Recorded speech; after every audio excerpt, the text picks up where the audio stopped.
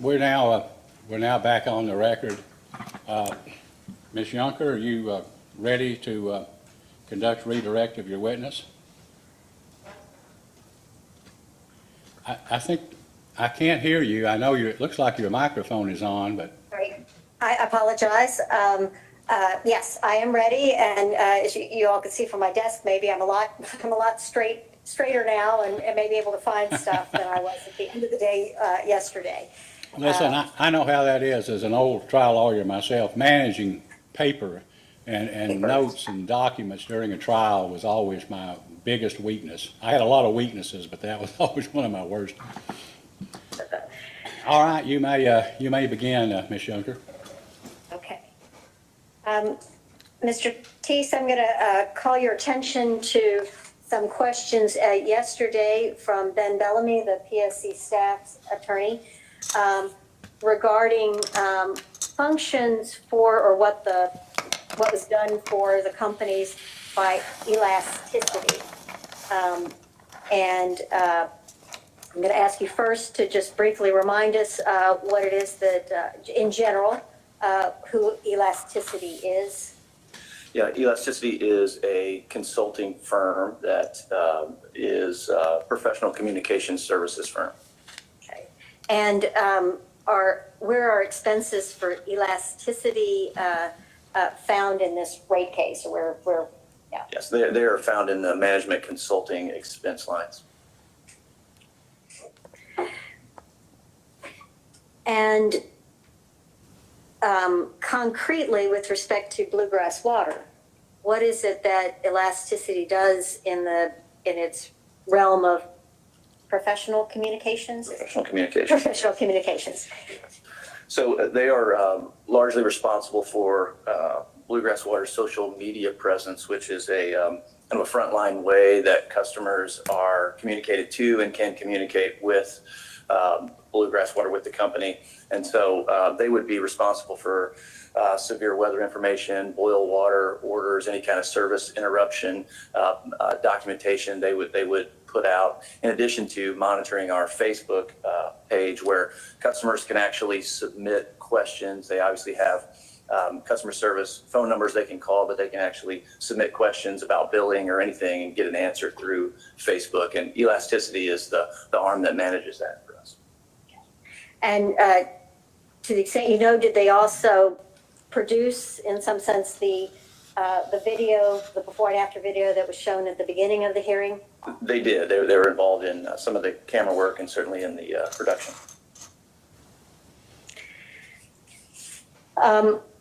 I believe it was Mr. Samford, maybe also Mr. Bellamy, and Vice Chairman Chandler, who asked you a number of questions about the lack of information in the retirements column in calculating updates to the utility plant in service.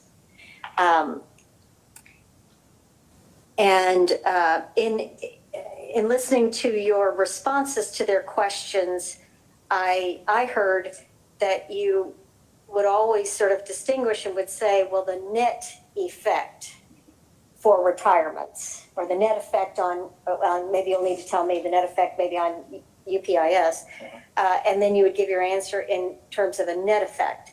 So what is it that you are netting when you talk about that net effect? Well, I believe it was Commissioner Chandler who pointed out how we arrive at rate base and the components that are there. And so two of those components are utility plant and service and accumulated depreciation. And so when you retire an asset from utility plant and service, you would also retire the accumulated depreciation that is associated with that asset. And if you net those two values together, you get how that asset is impacting rate base. So it's the net effect that I was talking about of combining those two numbers. And one example of what I'm talking about is the Brooklyn system. And if I can, I'd like to refer back to the acquisition accounting entries that the commission directed that we file upon acquisition of all the systems. And so I believe we can share the screen to show that. And can you all still hear us? Yes, Okay, good, good. We'll make it bigger so it's readable. We'll make it bigger, and so these values, and we mentioned this yesterday as well, but where possible, we use the values from prior year annual reports and carry those forward in accordance with the NARUC USOA rules. And so if you focus on the line that reads treatment and disposal equipment, and you see that there's a value there of 28,000 and some, and the next line, and so that component, if you look at this, would be the component of depreciable assets that we purchased when we purchased Brockland. But if you look at the next line, which is accumulated depreciation, and remembering that in double entry accounting, debits and credits offset, you see that there's sufficient accumulated depreciation. So effectively, there was no value left in the treatment and disposal equipment. And I point out this example just in response to, I believe it was Commissioner Chandler's recollection that our construction plan at Brockland was to essentially rehabilitate the entire plant. And so that being true, the net effect, as I described earlier, on rate base of retiring that plant would be zero. And Mr. Teese, on that schedule that showed, actually, if you would leave it up, please, sorry. On that schedule that showed the retirement, and there were just dashes in the column for retirements. Do you recall that? Yes. And so with respect to the Brockland line of that chart, what was in that chart? What is in the accumulated depreciation column for Brockland? In terms of retirements, as we presented, Right. Zero. So we showed zero retirement of either account balance. And to the extent that you are retiring the accumulated depreciation portion for that, what effect does that have on utility plant in service? That's the netting effect. If you were to retire the utility plant, you would also need to retire the accumulated depreciation, and those two balances would cancel or net one another out. And then with respect to, okay, so I'm sorry. So what I wanted to say was this is not in the record of this case. The accounting entries, post-closing accounting entries, these were filed in case number 2019-00104 on October 30th, 2019. I would like to ask that this be made Bluegrass Water Hearing Exhibit 2, and we would then, and if it is accepted, we would then supply it with a notice of filing for this case. sustained. Chairman, may I ask, before Ms. Junker takes this down, can I ask a question on what Mr. Tice was just talking about? Yes, you may. Certainly, yes. Yeah, so I just want to I want to be clear. I appreciate and understand, especially a fully depreciated system, what you're talking about. The acquisition adjustment that was made, is that acquisition adjustment once it's put on the books, is that added pro rata to all of the assets purchased? No, sir, it is not. Okay, so how is that accounted for across the assets for which the acquisition adjustment is used? It is not accounted for on our books and records. It's not accounted for in that way. An acquisition adjustment would need commission authority to change the asset values or something like that. Okay, so how are you proposing to account for the acquisition adjustment? We have not proposed to add that to asset values at this time. Okay, so you're just, that $12,000 just going unrecovered indefinitely? Yes, well, according to this entry, yes, that's where it is. Okay. And so there is no amortization or depreciation of the acquisition adjustment, is that correct? Not in this case, no. Okay, but I appreciate not in this case. How about on the books, on the company's books? No, there's not. So I just want to make sure I'm very clear. There's no depreciation expense. There's no amortization amount or amortization expense included in the rates and then or separately on the company's books? That is correct. It is my understanding that with an acquisition adjustment, we would need commission authority for a period or a rate to amortize those assets. So we have not sought that and have not done that. Okay, thank you. And Mr. Teese, if you know, would you give the same answer with respect to any positive acquisition adjustment that is shown? Yes, yes. And do you recall whether or not there were any negative acquisition adjustments? I do not recall. Okay.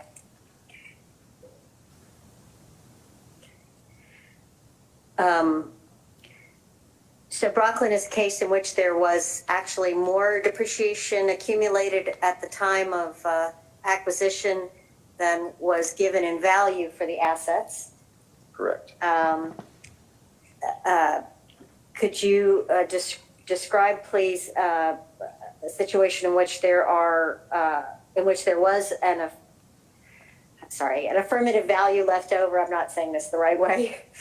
In which the system was not fully depreciated at the time of the acquisition. There we go. Yes, and as Mr. Cox mentioned in his testimony, a number of those systems we refurbished tankage and refurbished or used concrete structures, walls, and other components. And for many of these systems, there was significant value in the conveyance lines collection system that we, to this point, have been largely untouched by construction. And so those values lie there and would not need to be retired.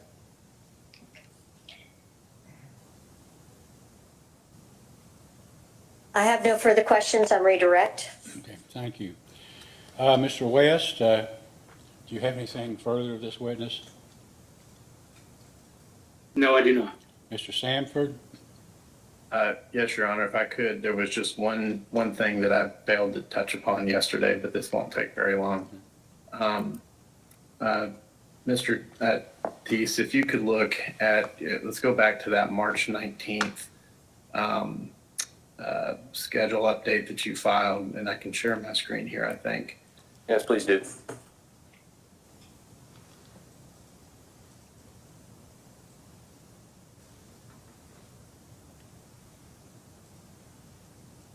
Okay, can you see that? Yes. All right, so looking here at this is page 3 of 69. I think it's Schedule SE2.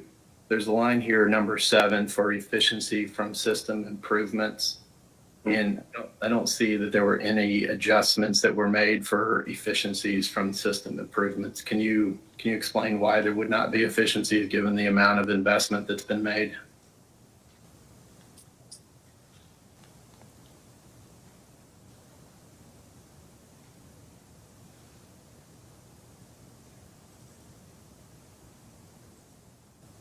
So your question is, you would expect to see efficiencies, and you're asking why they're not there? Yes. Yeah.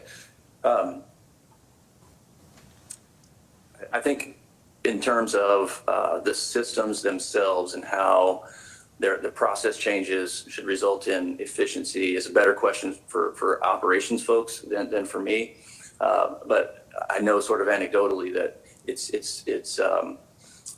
by refurbishing things, you sometimes end up with greater use of things like electricity and various other components. And so it's not always a net zero from that perspective. But I certainly would admit that I'm not an wastewater systems operations expert and should give that question to one of the other witnesses. Okay, fair enough. Let me just ask one quick confirmation just to confirm that you prepared this schedule. So I would assume that means that the engineering operational staff didn't give you any efficiencies for system improvements to include on the schedule? That is correct. Okay, and then look at page 4, which is for the, this is the base year adjustment for maintenance, but it's the same there. There's no efficiency for system improvements, correct? Correct. And do you know if anything's accounted for in the test year for system improvement efficiencies?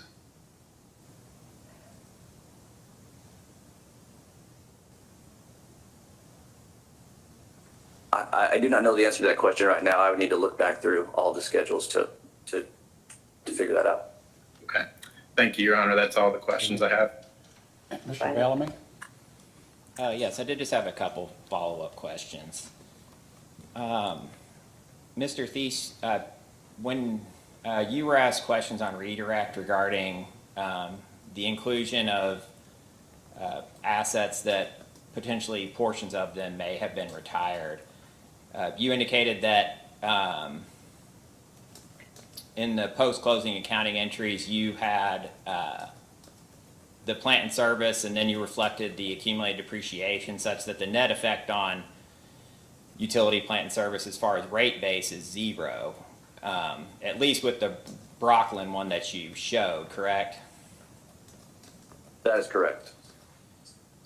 And I understand that with respect to rate base, but when you're calculating depreciation expense, you're taking the, am I correct that you're taking the depreciation rate and applying that depreciation rate to the utility plant and service balance before you're removing the accumulated depreciation?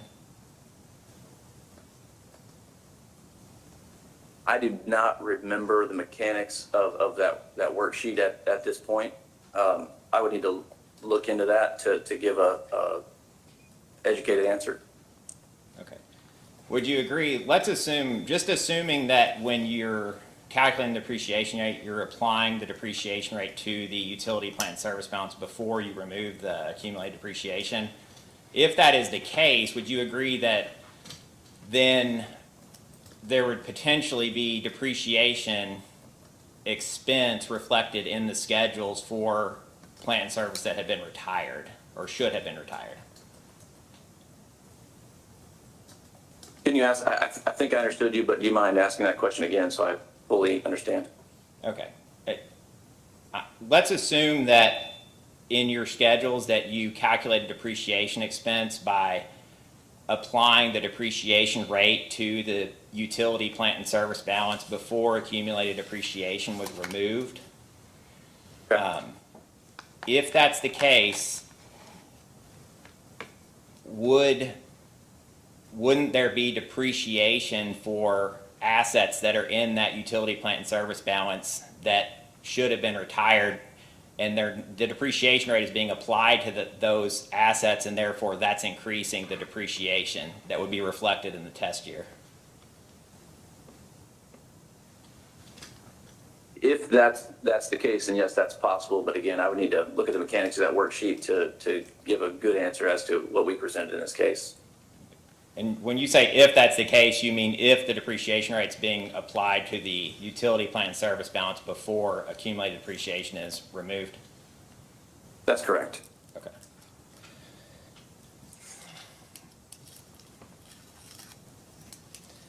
Could you just quickly look at, and I know you and Mr. Freeman both responded to this request for information, so I'm not sure really who would be best to answer this question, but it's staff's second request for information, item 4. And Travis, if you're there, if you could pull that up.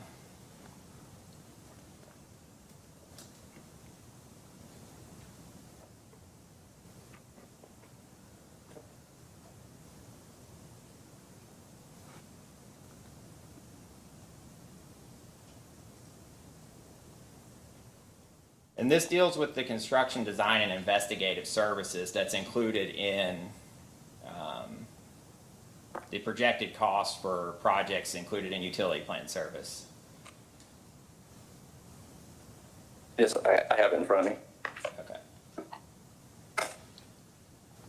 So the question asks, it referred to Mr. Freeman's testimony and referred to the breakout of the various components, and in each of the components, or in all of the projects or all of the systems listed have a component that was described as construction, design, and investigative services, and it asks for an itemization of each one of those, and that's provided. You can scroll down there, Travis.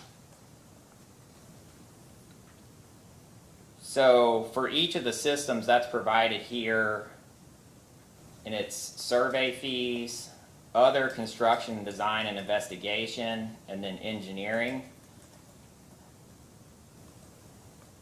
Sometimes. I guess my question is, number one, what is other? Because the question asks for a breakout of construction, design, and investigative services, but then for each one of these, there's a large component that's identified as other construction, design, investigative services, which sort of is repeating the original description. So I'm kind of curious what those include.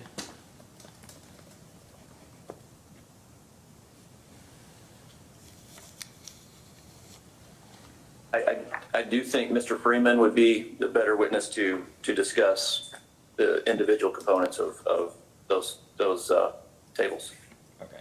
And with respect to the surveying, the GIS, and the engineering, would you know, was that engineering and surveying work that was done prior to the acquisition of the systems, or is this work that's done in relation to completion of the projects themselves?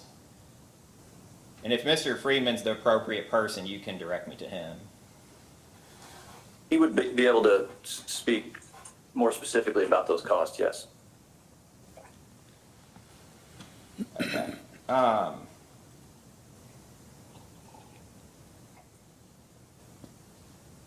Mr. Freeman, in Mr. Freeman's testimony, there was construction, design, and investigative services with respect to the proposed projects. Would there be other construction, design, and investigative services that would be in plant and service that maybe occurred before that date that are reflected in some other way? Or would the construction, design, and investigative services listed there, would that be all of the construction, design, and investigative services that would be reflected in plant and service?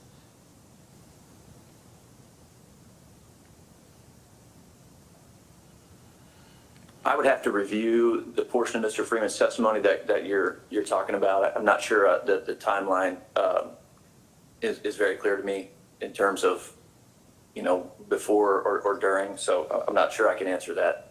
I guess reviewing his testimony. And I understand all these might be better for Mr. Freeman, but what, you're both listed on here, so I guess what was your role in, preparing this response?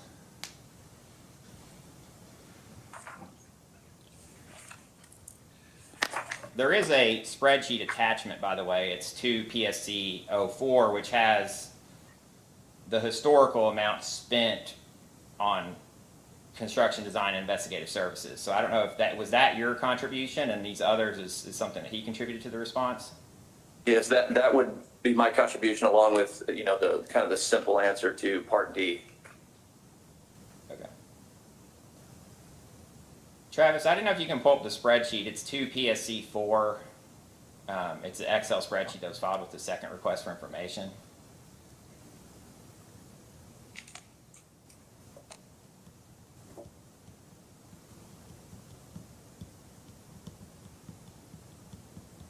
So I think this was from what I read in the response to the request for information, these were the historical amounts that were spent on construction, design, and investigative services as of 12/31/2020. And obviously,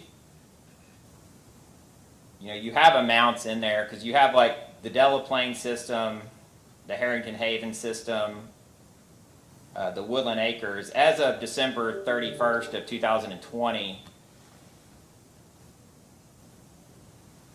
Bluegrass Water didn't own those systems. Is that correct? That's correct. And there was a response to a request for information.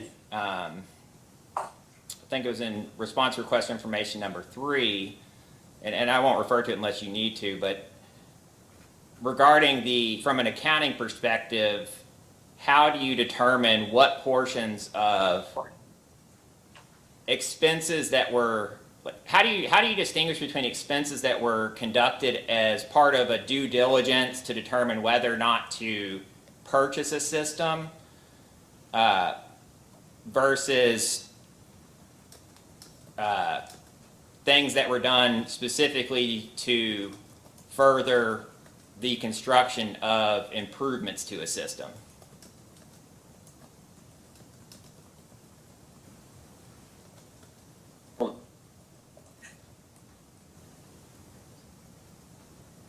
There certainly would be. Do you mind referring me to the data request? Whoops. That's It's request for information number 3. I don't know. There were 2 responses to that, so I'd have to pull it up real quick. I'll get it to you. I think it's the ones that were filed on 3/26 of 2021. The additional responses.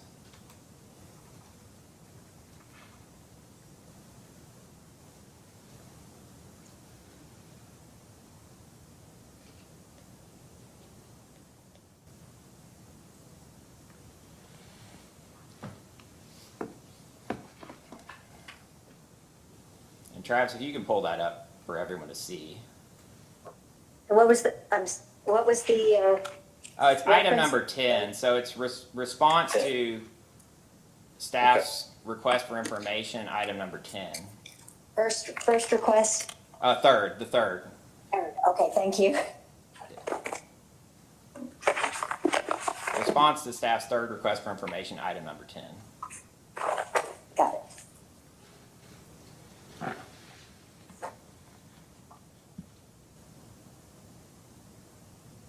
So I guess it was asked to explain whether the work that corresponds to the costs identified in the invoice support, and that's for the spreadsheet that we were just referring to, Yes.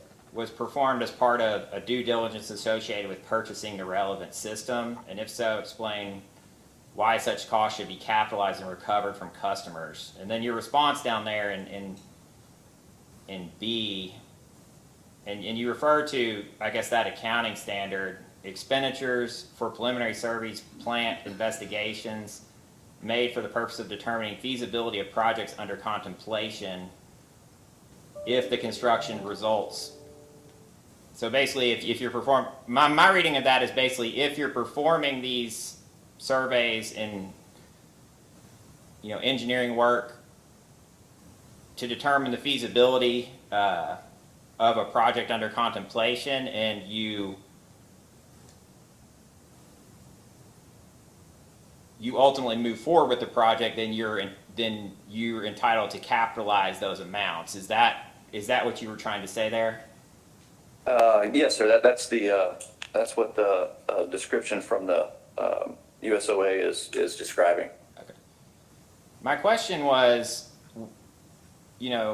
how do you distinguish between survey work and engineering work that was performed, as part of an investigation and determining, for instance, how to, or whether or not to purchase a system? I'm assuming before you purchase a system, you have people go out and survey so you know what you're purchasing.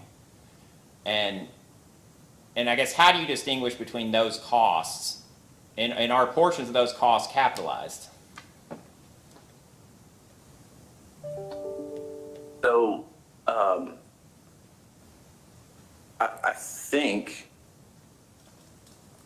well, the last thing you said was which portion of those costs are capitalized? Are you referring to the invoice schedule, or are you referring to some other set of costs? Well, I guess my question is just generally speaking,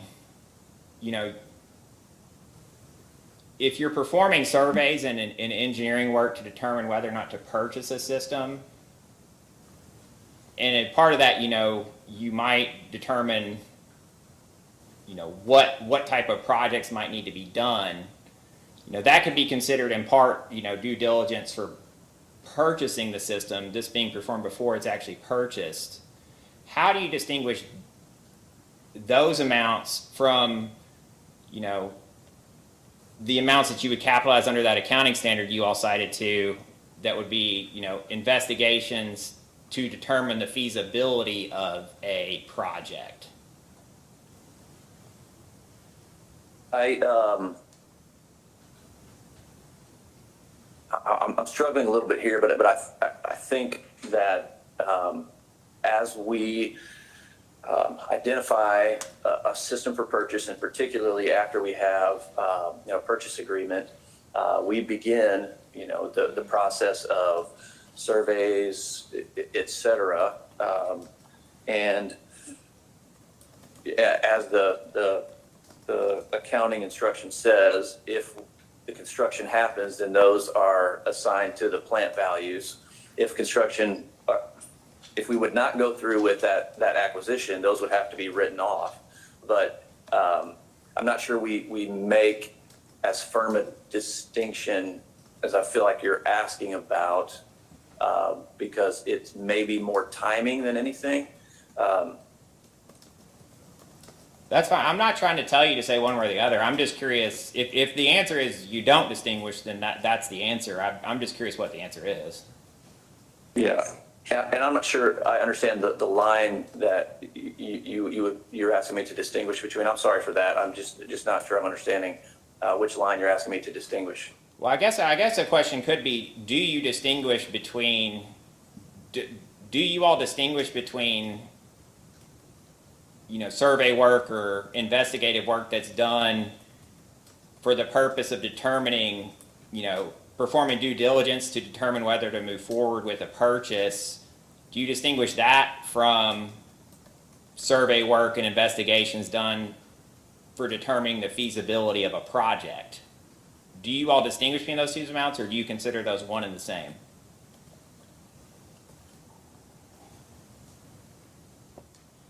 Yeah, in the course of our business, they've sort of been one and the same in most cases. So if it were to be useful later to talk about due diligence to determine the feasibility of a future project 2 or 3 years from now, we certainly would distinguish those from any kind of other potentially capitalizable expense that we have going on. But in the course of our business, the surveys and other work are they're useful for construction and for the improvements that need to be made. And so that's why we park them in that account and wait to see if the acquisition is made. Okay.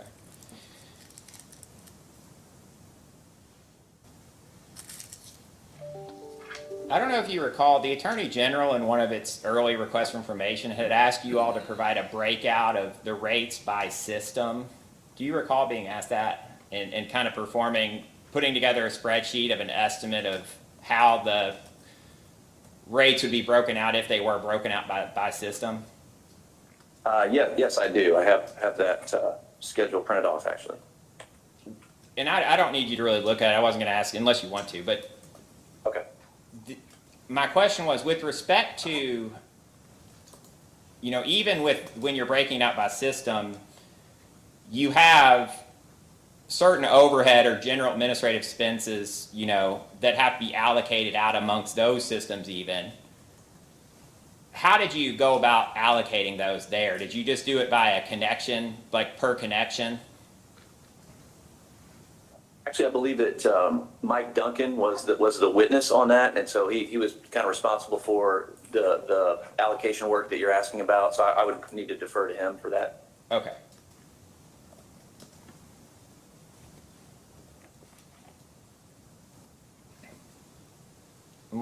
Last series of questions here. You were asked yesterday about the Massachusetts method and using direct expense, revenue, and plant and service. And there were some questions regarding or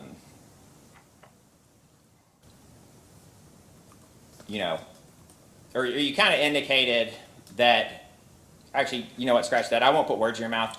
Would you agree that, with respect to revenue, plant, and service, because you all have so many new systems coming online at various times, I think, there was testimony about 52,000 connections today and 85,000 by the end of the year.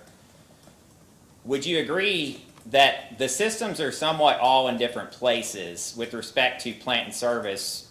You might, of the 35,000 systems or of the approximately 30,000 connections you're adding in the next 6 months or so, some of those might have a plant balance of nearly zero and revenue that's very low because the rates haven't been increased.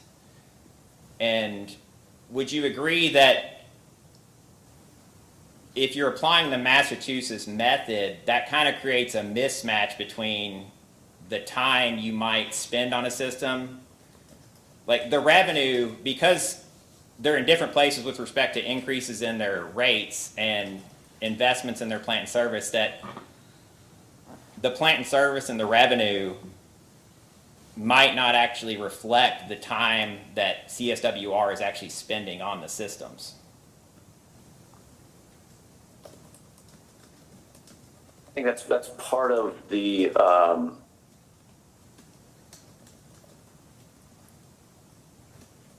so I think what you're saying, and I don't put words in your mouth either, but I think what you're asking is when we purchase something, if it has lower revenue or lower plant and service, does that create an unfair situation? Is that kind of the question? Basically, yeah, because you've got systems, if all the systems were in the same spot, you had all of their rates up, and they all had rates that were supporting their expenses, and they all had investment in plant and service that were moving them forward. Using those three methods might be more equal, but if you're talking, where one system has significant investment and rates that have been increased, but others are still at the effectively the abandoned rates or the abandoned plant and service, that those numbers might not really reflect the amount of time, that's being spent on each system as far as allocating the corporate overhead down. Keeping in mind that a portion of the corporate overhead that is associated with that acquisition is removed from the allocation. So I think that speaks a little bit to what you're saying. I think the other way I would answer that question is to say that our methodology is to annualize those expenses based on the month or based on the quarter, and so it's not a backward-looking value. So anything that is lost is not sort of permanent. I realize I'm probably not being very clear, but the point is, if it was a historic look back, I think the impact that you're describing would be pronounced. But because we are projecting that out into the future, it's less so. And I understand that. Assuming you weren't continuing to add systems, I would understand that. But for instance, you've made significant investment in the Kentucky systems, or are intending to through the forecasted test period, and obviously you're projecting an increase in revenue for the Kentucky systems based on the projected revenue increase in this case. But at the same time, you're adding in the next 6 months approximately 30,000 connections to the 50,000 connections.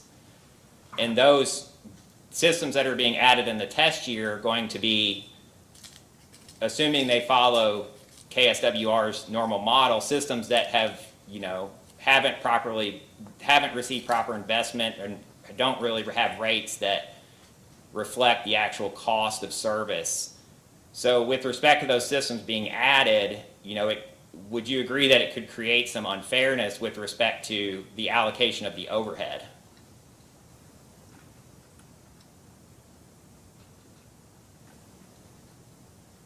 I think there are some hypotheticals there, and now I'm a little bit uncomfortable giving much more of an answer without sort of analyzing some models or some numbers to sort of back up what we're saying. Okay.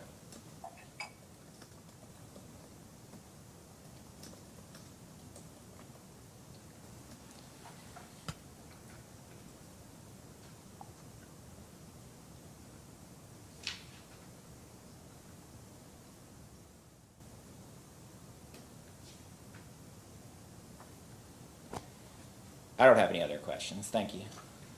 Vice Chairman Chandler, questions? I have no questions. Dr. Matthews? I have no questions. Okay. Ms. Yunker, any redirect based upon this recross? Thank you, Your Honor. No redirect. Okay, thank you. May this witness be excused? Yes. Okay. All right, thank you, sir. You may be excused, and you may step Thank you. down. Ms. Yunker, you may call your next witness. Okay, Bluegrass Water next calls Jacob Freeman. And it'll take a little bit of time for them to switch places and get the paper shifted.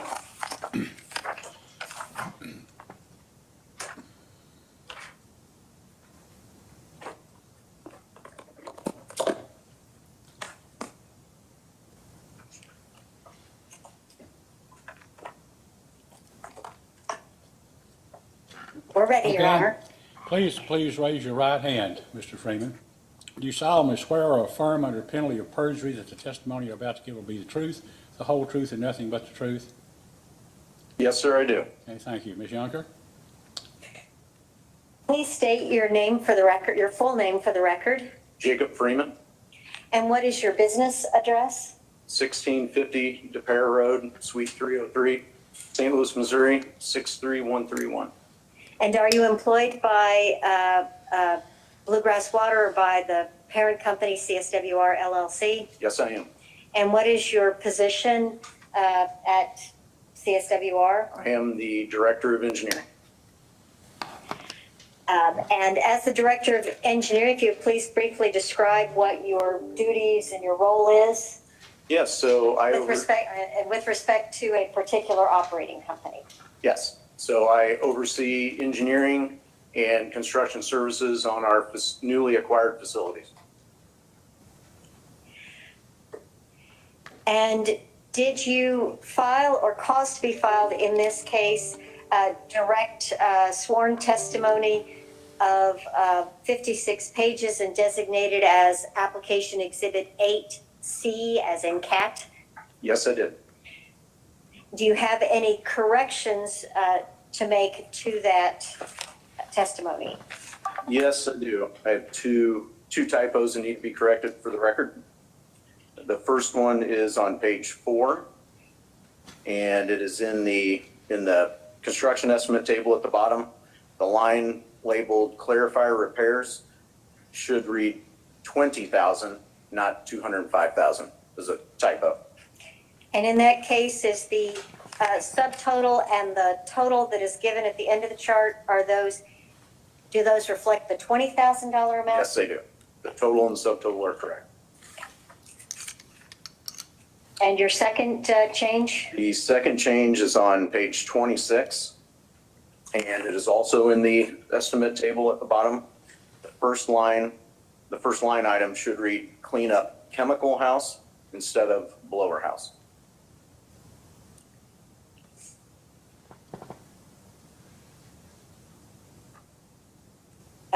Well, you said there were two, but any other corrections? I believe that is all. Okay. And are you also listed as the designated witness on a number of responses to the parties and the commission staff's data requests? Yes, I am.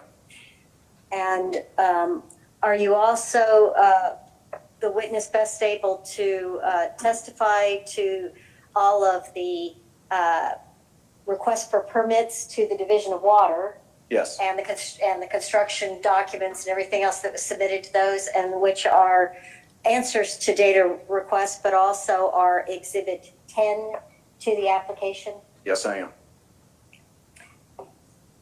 I then tender this witness for examination by the other parties, the PSC staff, and the commissioners. Mr. West, Mr. Horn, any cross-examination? Yes, I have a few questions for Mr. Freeman. How you doing, Mr. Freeman? Well, thank you.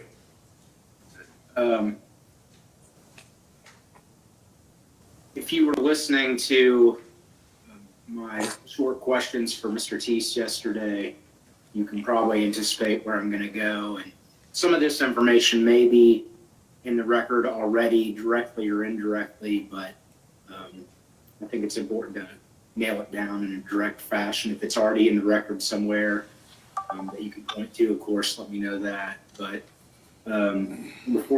basically what I'm going to ask you to do here in a minute is walk through the systems and look at your testimony, and for the construction items listed in those tables, tell me, what's been completed and what hasn't to date. But before we get to that, I would first ask you to discuss your background and cost estimation. So I guess first off, the capital estimates that are provided in this is not done internally. At CSWR, it's done by a third-party engineering firm that we hire. Okay. So I'll put that out there first. And then beyond that, prior to working for CSWR, I worked for a commercial plumbing and mechanical contractor and a well driller, where I've done estimates my entire career. Okay, that's good. But I think you made an important qualification there that these estimates were actually done by somebody else. So let's actually get into this. Do you have your testimony available to you? Yes, I do. Okay. So let's start with AirView on page 4. You have the table there that lists each of the construction items.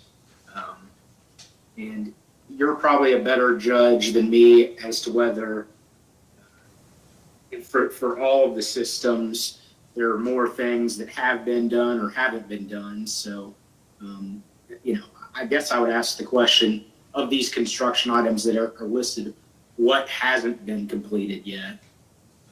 But if you feel like it'd be easier to answer the other way, let me know.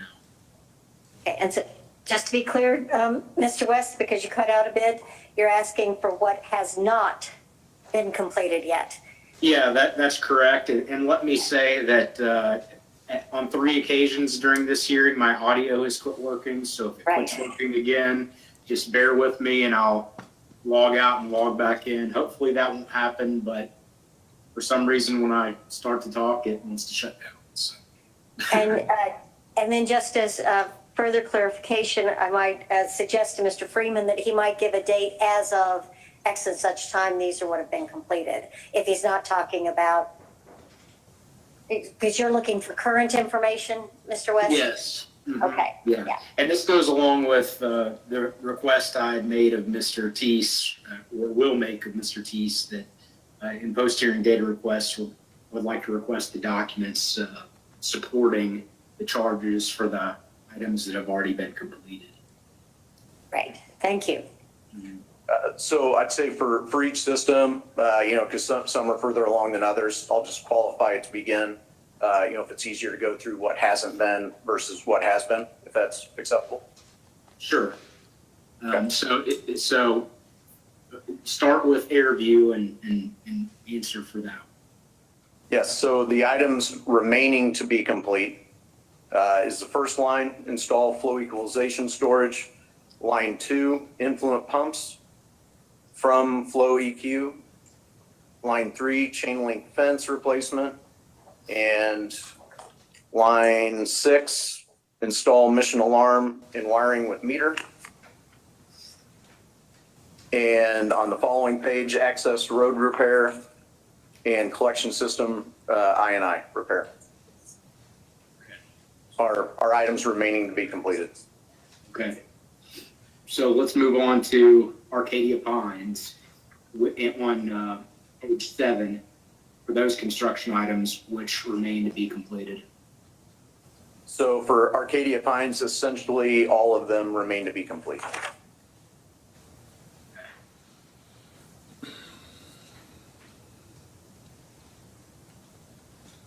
How about for Brockland, starting on page 8 and continuing on to page 9? So for Brockland, the items that have been completed are line 2, lagoon closure, and the last one, sludge judge lagoon cell. And on the following page 9, clean up sludge from creek, and smoke test system are the items that have been completed.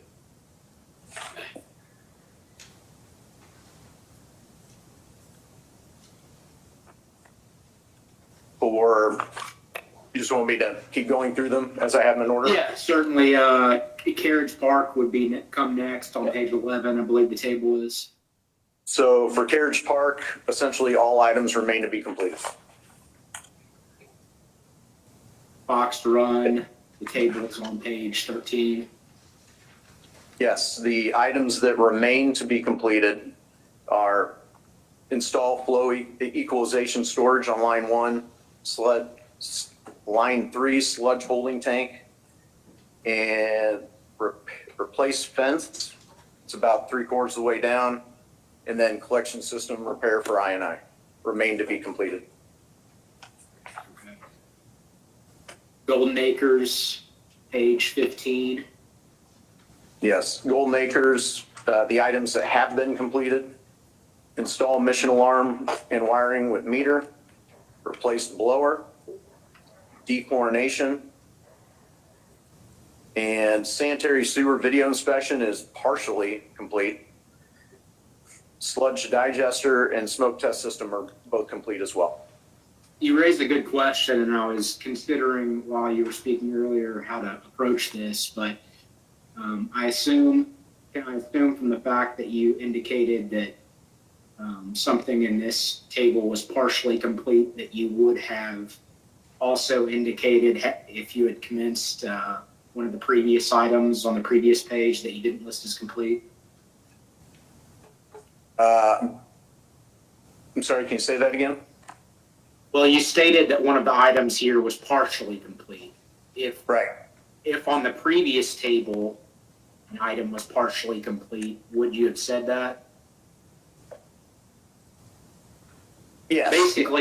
Basically, I guess what we're getting at is if it's not completed, you haven't started it yet.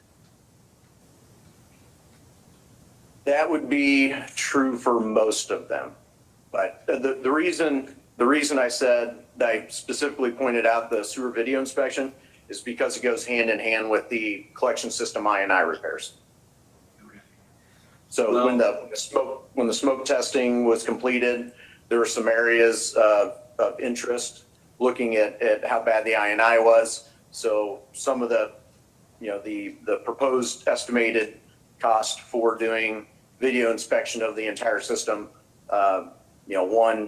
one trip, if you will, was done to do video inspection, but the entire system has not been inspected. Well, moving forward with, I guess, starting with Great Oaks on the tables on page 17, don't hesitate to note if something is partially complete, like you just Sure. said. Absolutely. All right, Great Oaks, the items that remain to be completed are install new sludge digester, blower and aeration, and collection system repair for I&I. Okay. Timberland, Joanna Estates, the table is on page 19. Yes, the items that remain to be complete are address inflow and infiltration, flow meter with V-notch rear box. Here again, the treatment facility cleanup and repair is mostly done, but there's still some repair to the steel tankage that's being addressed. And the replace diffusers and blowers is not yet complete, and the contact chamber and yard piping is not complete. Kingswood, the table is on page 22. Yes. The cleanup blower house and equipment is complete. Install mission alarm, wiring and mag meter is complete. Lift station check valves replaced is complete. Air header replacement due to lack of air to aeration is complete, and smoke testing the system is complete. Lake Columbia, the table is on page 24. Yes, at Lake Columbia, the items remaining to be complete are flow equalization and pumping system, sludge digester tank and blower, install aeration and flow EQ and sludge holding. I'm sorry, can I back up 1 second? Sure. So at Lake Columbia, so once again, these are estimated costs from back when we filed this application. So since then, we've realized that some of these items are no longer needed. So the flow equalization is not planned to be completed any longer. And with that, the installing the aeration in the flow EQ, which is part of that system, and the collection system repair for I&I, we don't believe that those items will be necessary any longer. So that is why they're not complete. Thank you for that clarification. Yeah, so that being said, the new fencing is the only item remaining to be done, along with the sludge holding tank.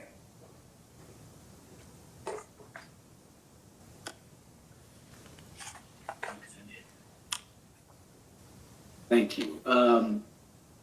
Longview Homestead, the table is on page 26 of your testimony. Yes, the items complete are the cleanup of the chemical house and equipment, and we actually ended up replacing that chemical house. It was beyond repair. Installation of mission alarm and wiring is complete. Replaced diffusers and aeration tankage is complete, and smoke testing is complete. Okay. Marshall Ridge, the table begins on, or is on page 28. Yes, the Marshall Ridge, essentially all items remain to be completed. Grandview, the table is on page 30. Yes, Grandview, the only item completed to date is clearing the vegetation from the berms.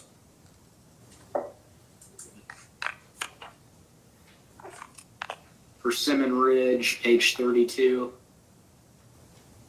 Persimmon Ridge, remaining items are miscellaneous berm repair, riprap, effluent channel, modified chlorine pump, dosage rate, and lagoon baffle repair. And then, as Mr. Cox alluded to in his testimony, after the winter months, we realized that the existing aeration is not sufficient to remove the ammonia. So we'll have to add an additional process that will be part of a construction permit submission to Division of Water and to you all. River Bluff on page 33, one on page 34. Yes, the only item here remaining to be completed is the dress inflow and infiltration, of which some has been done, but there's still more to do there. Center Ridge, table is on page 36. Yes, I'm Center sorry, page Ridge, 36, and it's separated into different districts, so I guess we'll walk Right. through each district.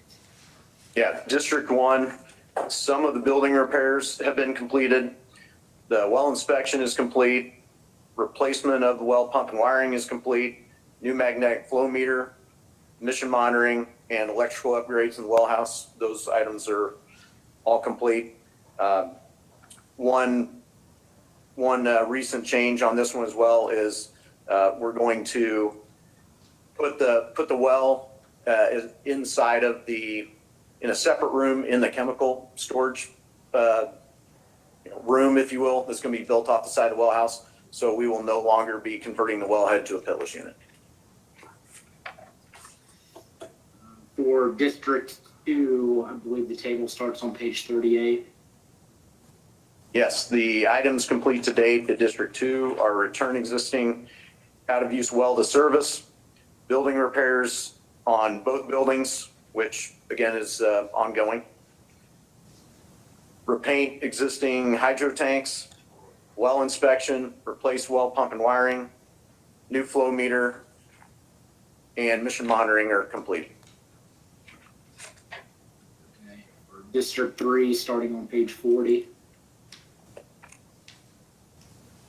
District 3, items completed, gravel for all weather road, new well house and appurtenances, miscellaneous yard piping, well inspection, replaced well pump and wiring, and mission monitoring are complete.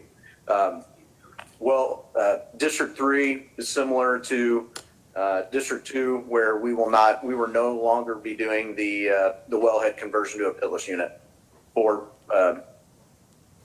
the reason that I just mentioned with the newer house. It's now within the building and no longer needs to be converted to a pitless unit. For District 4, that begins on page 42. Yes, the gravel for all weather road is complete. Some of the building repairs have been completed, it's ongoing. Well inspection, replace well pump and wiring, new magnetic flow meter for well, mission monitoring, and electrical upgrades in the well house are all completed. I think that is, that's all the systems excluding the 297 systems that issue. I do want to go back up to, I believe, for Airview, Arcadia Pines, and Brooklyn. It might have been Carriage Park. I don't know. Your memory might be better than mine, but I want to give you the opportunity to discuss any of the items that are partially complete. Yeah, no, there are no partially completed items I've noted, and that's why it took until Golden Acres for me to qualify that, because that was the first note that I ran into about it being partial. Great. Okay, I guess the one question I wanted to ask beyond that was, if Bluegrass were to not be awarded the rates that it proposed, if it was awarded a lesser amount, would it still complete all of the construction items listed in your testimony? Our number one responsibility is to bring these facilities back into compliance, and that is what we will do. Okay. Is it your testimony that all of the construction items listed in your testimony are necessary to meet that objective? For compliance and I would say safety as well. Is that yes? Yes. Okay. Thank you. No further questions. Mr. Sanford? Mr. West, I'm sorry? I'm sorry, Mr. Chairman, if I could, for Mr. West, you stated that these were all the systems that were at issue. And Mr. Freeman does provide testimony about the 4 systems acquired through the 297 case. And those are at issue, if you will, still as to construction, approval. And I just didn't want, I understand that. And okay. Well, this would be really easy because there's. It's all right. I just didn't want you to. well, it just for the sake of having a complete record, we can run through those 4 systems if you'd like and discuss the construction items therein in the same way we discussed it for the other systems. I wasn't going to do that, but let's make a complete record. So for Delaplane, the table is on page 46 and goes on to page 47. Yes, the remaining 4 systems that were just mentioned, there's no significant completions to date.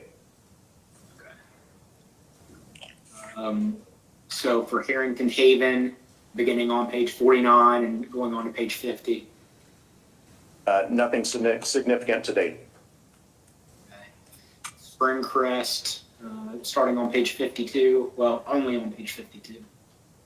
Yeah, nothing significant to date. And Woodland Acres, beginning on page 54, and moving on to page 55. Nothing significant to date as well. Thank you. No further questions. Mr. Sanford? Thank you, Your Honor. Good morning, Mr. Freeman. How are you today? Well, thank you. So the AG asked you a question in discovery about whether there was potential for growth in any of the neighborhoods that are served by these systems. Do you remember a question along those lines? Yes, I do. And Okay. if you could, for the rest of us, if you could provide us with that citation? I don't actually have that citation, and my question's actually different. So I don't think it would be. Okay. So I want to ask it from a different perspective. Once all the repairs are made to these facilities and some of them are expanded, will there actually be any increased capacity to serve new customers on these systems? No, what is planned for the facilities is to be able to treat the current flow for the current customers. Okay. Yeah.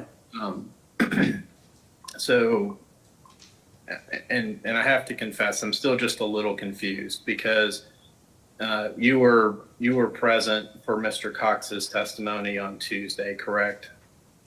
Yes, And so we talked about the total capital budget for all of the systems, and that was approximately $6.1 million in that ballpark. Does that sound right? yes, And then, for the wastewater systems.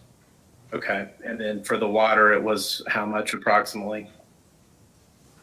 Just over $1 million, I believe. Okay, so about 7 million total then. And according to the customer notice, over $5 million has already been invested, correct? I believe that is correct.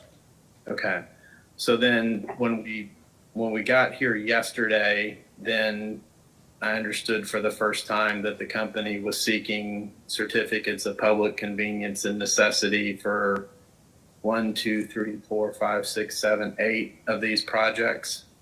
Does that sound right? I object to the form of the question. The application asks for a certificate for all those that the commission considers it is necessary for.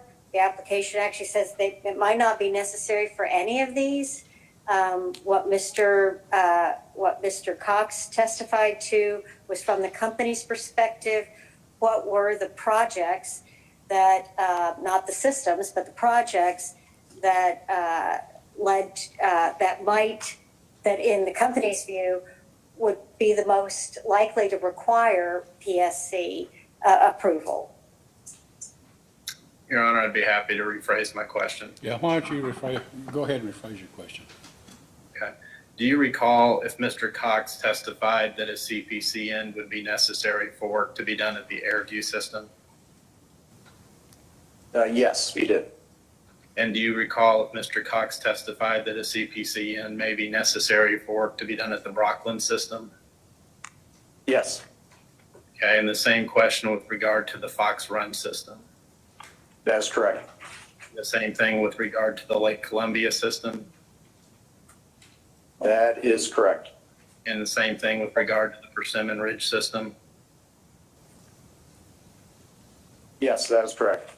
and the same thing with regard to the Delaplane system, That is correct. the same thing with regard to the Harrington Haven system. That is correct. And then there was one more system which I didn't catch, but do you happen to recall which one that was? The last one should be Woodland Acres. Okay. So here's what I'm, I guess, confused about is these sound like relatively significant projects for each of these systems. Is that a fair characterization? No, some of them they are, the Brockland and Delaplane they are, but others are just additions of process. Okay. And so has any work been commenced on those projects as of this date? Not related to those items that would necessitate, in our opinion, approval for. Okay.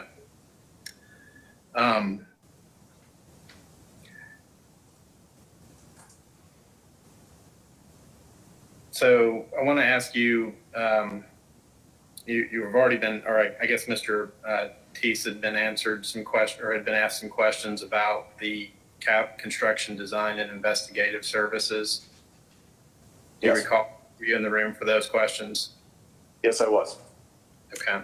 So what I heard the answer is that a lot of that work is also done in association with the sort of the pre-acquisition due diligence. Is that correct? So let me make a clarification. What is listed as construction design and investigative services in my testimony is only estimated cost from prior to this filing. So it's not actual cost. Okay. So it could have. You have to say that again. I didn't follow that. I apologize. So what is in my testimony are estimated costs from our third-party engineering firm. So to answer your question, that some of the estimated costs in that line item are for items that would have been performed prior to acquisition. Yes. Okay. So I don't think this is confidential, but who is the engineering firm? Well, I don't need to know. Let me ask it this way. Is the engineering firm that does the estimates the same engineering firm that actually oversees the repairs, the work? In Kentucky, it has been that case, yes. Okay. So do they have, you said earlier that some work that had been recommended, you had determined didn't need to be actually completed, correct? I did not determine that. It was a joint decision between myself, my staff, and the engineering firm. Okay, and so have those adjustments to the scope of the work to the project reflected anywhere in the rate-based filings or the revenue requirements of Bluegrass? That I can't answer to because I don't put those together.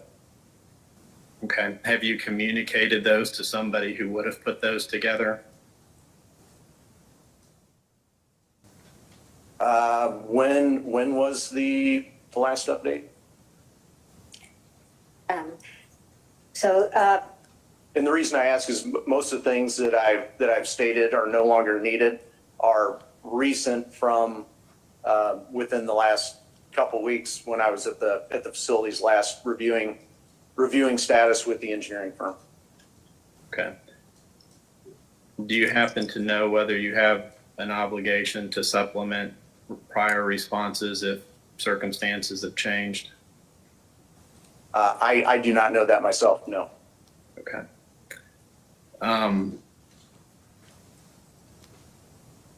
let me ask, has council been made aware of these possible changes? Basically simultaneously with those in this hearing, yes. Okay. Well, I suspect that if there are changes that need to be made, or someone could answer that question, if not today, in a post-hearing data request, correct? Yeah, I figured I would just ask it that way, Your Honor.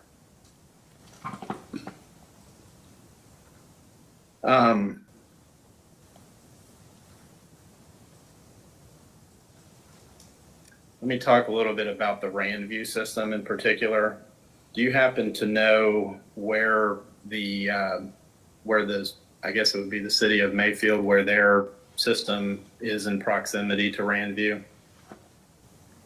As Mr. Cox had stated, we believe it's on the other side of the neighborhood, and we're going to look further into what it would take to tie on to the city of Mayfield.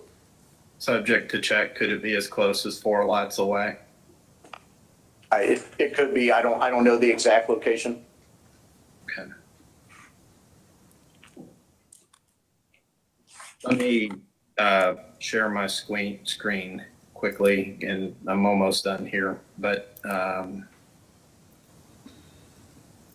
we were talking earlier about some of the, again, construction design investigative services, and this is for the Marshall Ridge facilities. But the subtotal for the actual work to be done or the improvements is $50,000, correct? That's correct. And this subtotal for the construction design and investigative services and the engineering would be, looks like $48,500. That is correct. So approximately 97 or the construction design, the engineering is approximately 97% of the total actual work to be performed, correct? No.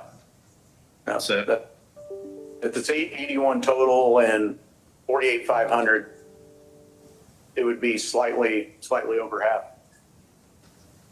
Or Yeah. slightly less than half. Yes, approximately 48% of the project, 49% of the project. So my comparison is that number to the 50,000 above. Oh, okay. I understand. So approximately, if you take the subtotal of the amount of the work to be performed, the work that went into preparing what work had to be done was about 97% of that figure, correct?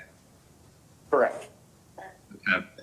And if we were to go through each of these subject to check, would you agree with me that normally that percentage is probably going to be north of 40%, in a lot of cases more than 50%? Yeah, that's quite possible. Okay, I haven't done the math to confirm that, but yeah, I'm just kind of looking for an indicative answer there. sure. Okay, so Yeah.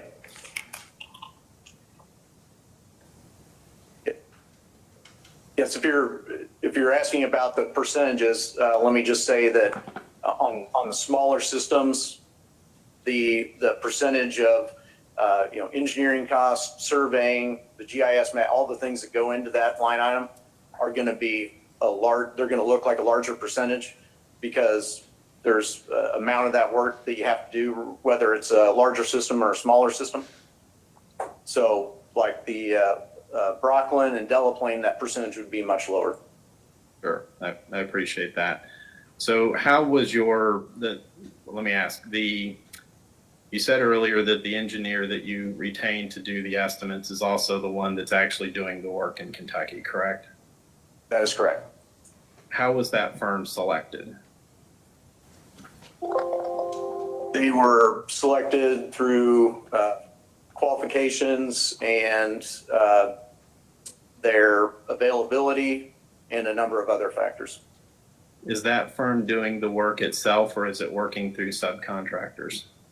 The engineering work is done itself. They complete the engineering work themselves. They're a licensed engineer in Kentucky. Okay, so if it comes to going back to one of the examples, if it's necessary to put up a fence, then that engineering firm's the one that's putting up the fence. They're not subcontracting that out to a fencing contractor. No, they're solely an engineering firm. So they are. Okay, so I'm sorry, I keep getting confused here. Who's actually holding the shovel when stuff gets Performing the work. Yes. Yeah. So it would depend project to project. Sometimes it would be the O&M contractor, if they're capable of performing the work. Could be bid out to a contractor, or it could be part of a bid package that'd be bid out. Okay, so if it turns out the Midwest Water as your O&M contractor also ends up doing some of this work, is that work billed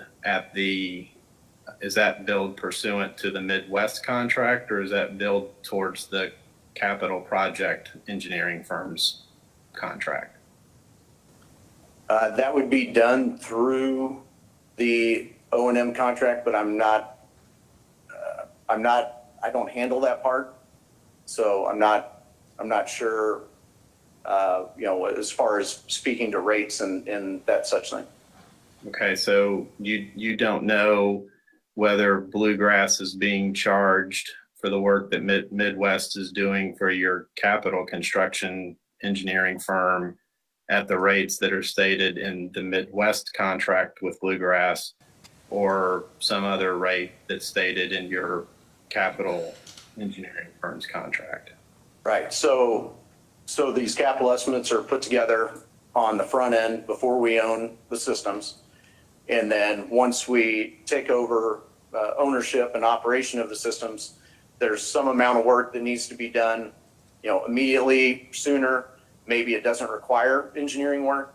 If there's just a part of a fence that needs to be replaced, we don't need to pay an engineer to do that necessarily. So we would have, like I said, the O&M firm or some other contractor, which is typically handled through our O&M group, as initial triage kind of work to secure the site, get the facility back up and running, those kind of things. So there's what I'm saying is there's essentially two phases to the construction, and that's the immediate work that may or may not be run through the O&M, the operations department, and then the secondary larger improvements that require engineering work. Okay, I just have a couple more questions that I want to ask. And let me share my screen here again. Can you see this? Can you zoom it in, please? It's, That help? Yep, thank you. Okay, so this is the response to staff's fourth data request, which we talked about the objection that the company had made to that on Tuesday, so I won't rehash that. There's no witness here, but I'm assuming that you would probably be the appropriate person to answer. The question was to provide all requests for proposals, if any, for work on capital projects. And then you just have, there's a general objection stated here. But let me ask, did you do a request for proposal for capital projects on Bluegrass's system? There was an informal bid on a lift station, but the remainder of the projects are currently, the larger capital projects are currently being bid right now. Okay. And are they being bid by you, or are they being bid by the engineering firm that you've retained to do the work? By our engineering firm. They handle, putting the bids, the bid package together. They let the bids to the contractors, receive the bids, and then we will review the bids that come back with them. And so from a timing perspective, those RFPs have not been issued yet? That's correct. Okay. I'm sorry, we've recently sent out some RFPs, but we have not received responsive bids from anyone yet. Okay. Let me ask you about one more here. But you were asked in this data request to provide invoices for work on Bluegrass water system that's been capitalized. And again, going back to Tuesday, that's approximately $5 million from what I understand.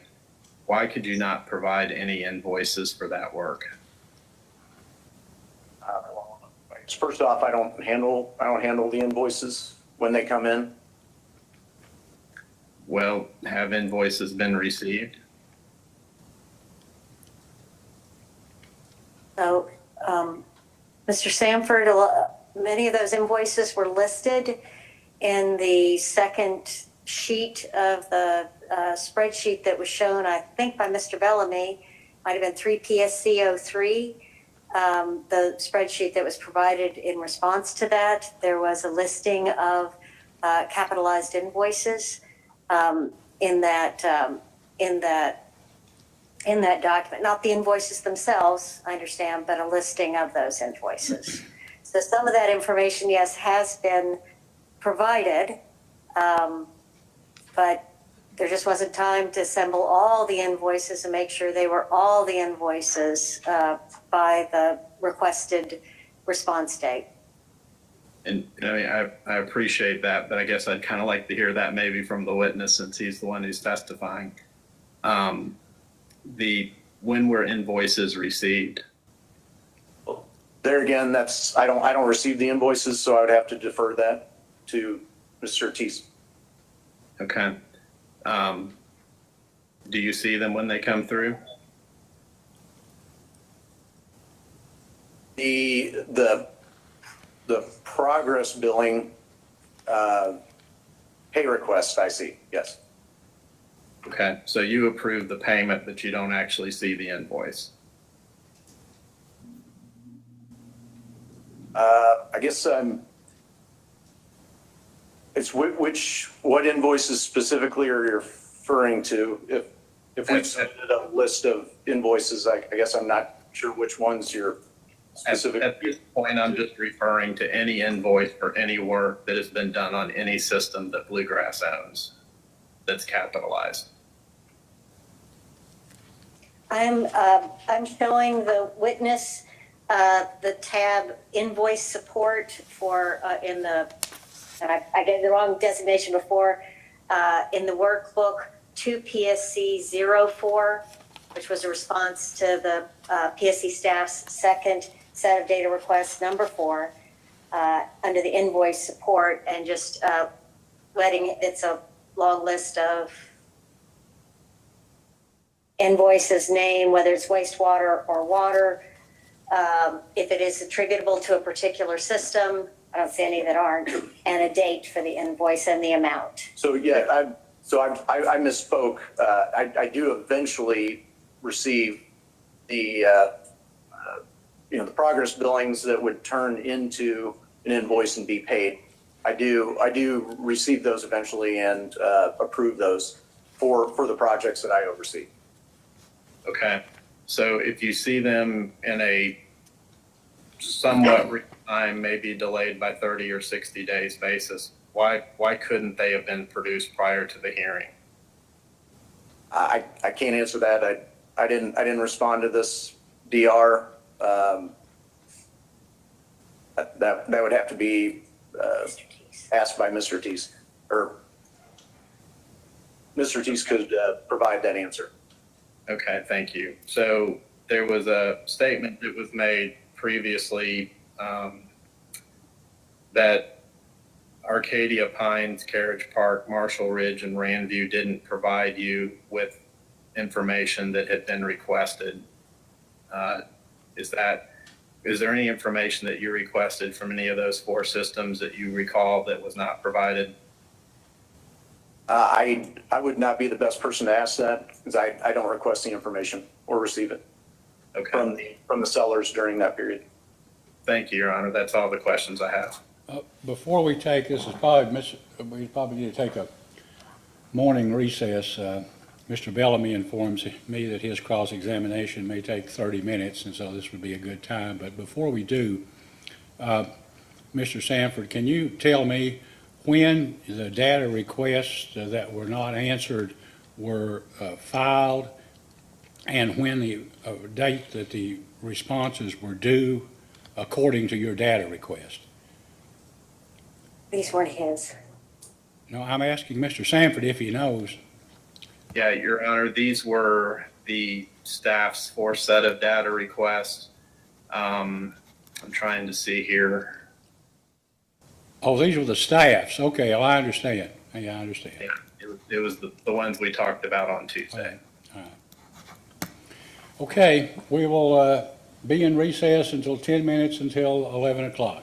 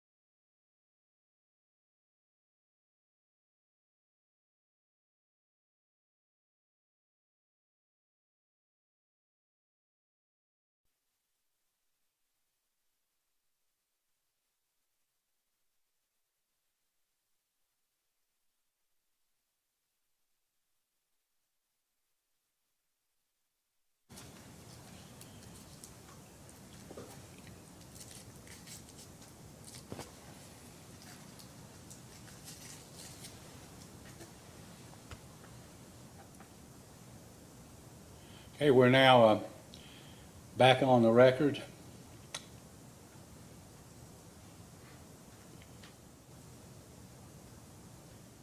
Okay, thank you.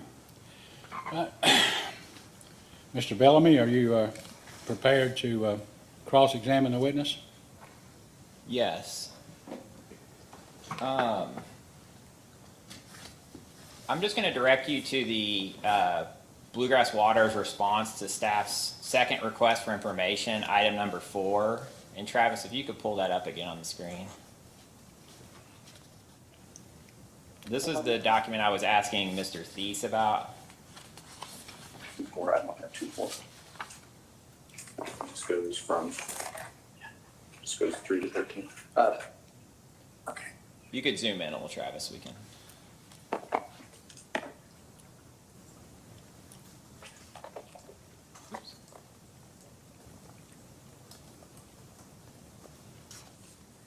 Maybe zoom in a little more. There you go. Can you scroll down, Travis?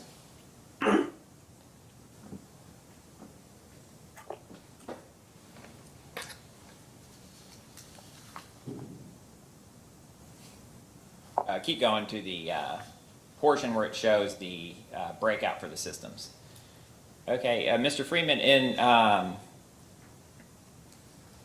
in your testimony, you have the breakout of the repair or the capital project costs for each system, and as you discussed with Mr. Sanford, for each one, there's construction, design, and investigative services listed as a portion of each of the capital costs. And this question had asked for a breakout of what was included in there, and this is kind of the answer that was provided: the survey fees, engineering, other construction design, and I think some of them there is a GIS fee too, but those are the 4 things that are listed in all of them. Is that your recollection? Yeah, there's other items obviously in the other category, but yes.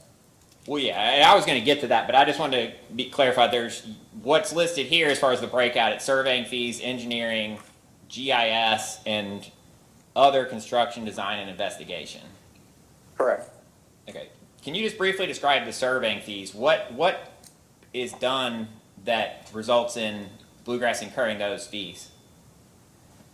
So the process after we get a purchase agreement signed is that surveyors are directed to go out and perform Alta surveying and GIS surveying on the collection systems, on the plant facilities themselves, and that is to put together a system maps and those sort of things, because as I believe Mr. Cox had mentioned, a lot of times we don't get system maps, piping diagram, that kind of thing from the previous sellers. So a lot of time we have to create those ourselves. And then the Alta surveying and the main part of the surveying work is works in conjunction with the checking the title to make sure the owner actually owns the facilities, that there's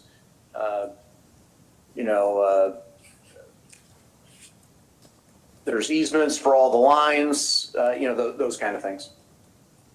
So the surveying work includes actually surveying to map the system, but then also basically doing a title check for both the property on which the system is located and the lines themselves, and checking easements and things like that. That is correct. And you said the title work generally makes up the bulk of the surveying costs? Yeah, I would say that's correct. And the GIS, I mean, I'm not going to, the percentage is going to vary system to system, Okay. depending on how, the different components of the different systems. Travis, can you scroll down a little bit to Carriage Park? So the GIS, if you see there on Carriage Park, that's the first one. It has surveying 7,500, GIS 2,500, engineering 17,500, and then other construction 3,500. the GIS, is that the mapping of the system that you're talking about? Yes, that'd be correct. So, That'd be mapping of the system in order to put it into our asset management system. so then would the surveying that's listed there separately, would that all be cost to survey the system for the purpose of determining whether or not you would obtain clear title upon purchase? Generally speaking, that would be correct. And then there's GIS listed for several of the systems, and I think some of the systems have GIS listed even up above as a separate component. I may be wrong about that. But let me just ask about this sheet here. The ones, like for Brooklyn, you've got surveying fees, engineering, and other construction design. You know, there's no actual GIS amount listed there. So does that mean that the surveying fees here, that's the title work, and the GIS is being included somewhere else? Yeah, and that's, I apologize for the inconsistency, but yes, the GIS is likely for that one, is in the other construction design investigation. And the reason for the inconsistency is just because these estimates were originally put together at different times and may have been done by different people. So that's likely the reason for the inconsistencies. Okay, so as far as what's listed. So the GIS would be, if it's not listed there, it would be in the other construction design. It wouldn't be in the surveying fees. The surveying fees would be the title work stuff. Is that correct? Yes, that should be correct. Okay. Other than the GIS, what other amounts would be included in that other construction design and investigation? So it would depend on, they're again, system by system, they're going to be different, but it could include things like, bidding work, out to contractors, construction management. If there's a lagoon, there could be sludge judging, sludge profiling. There could be, if the engineer hired a structural specialist to check on tankage, it could be any number of things that the engineer felt may be necessary when they originally put the estimate together. Okay. Now, construction management, when you were discussing bidding on projects with Mr. Sanford, you indicated that the larger projects you would send out and have an RFP, but that hadn't been done on any of them, except just recently there'd been some RFPs with respect to some of the larger projects. If you're talking like smaller projects like fixing a fence and things like that, I mean, would those require construction management? Something like that, no. Okay. So I want to take a look.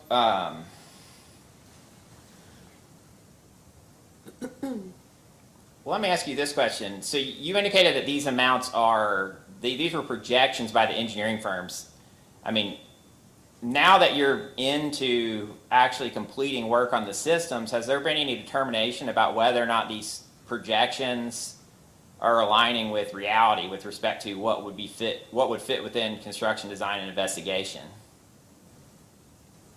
I have not done an analysis of the actual invoices that have come in, so I have not. Travis, can you pull up the spreadsheet? It was 2 PSC 04.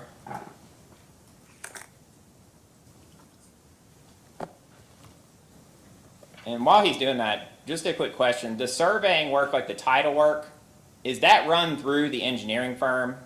I know you mentioned the engineering firm is bidding out work on the projects. Are they also engaging the person who does the title work? It depends, most of the title-related surveying is run through our local engineering firm, What firm is that? 21 Design Group. Okay.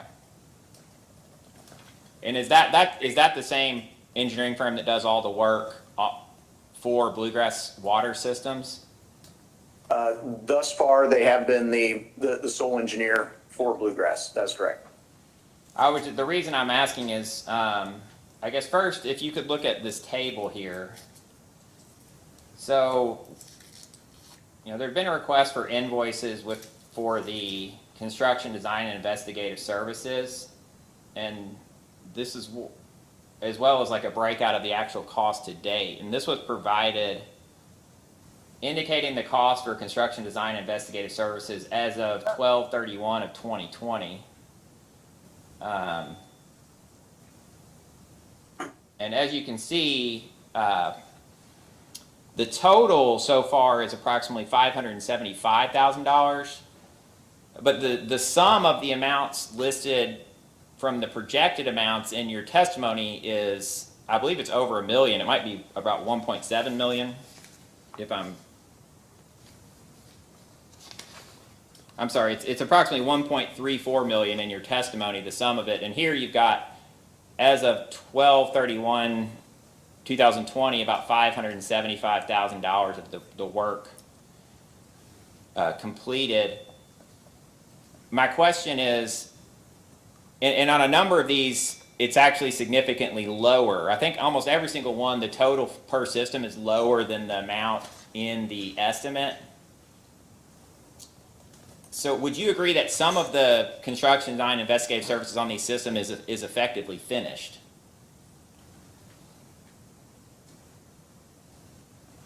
I'm trying to think if that would be, I do not believe that would be the case. Okay. Because almost definitively, I'd have to look at them, but most of the original systems are requiring additional work, and that would be, part of the engineering estimate, to putting those projects together, getting them bid out, which is going on right now, and, the engineering done during the project, and then the work completed paperwork that would go to the state afterwards. And I understand that. Like, I understand there are definitely systems where you still have work that you intend on completing, but I guess my question was, aren't there some systems that had kind of,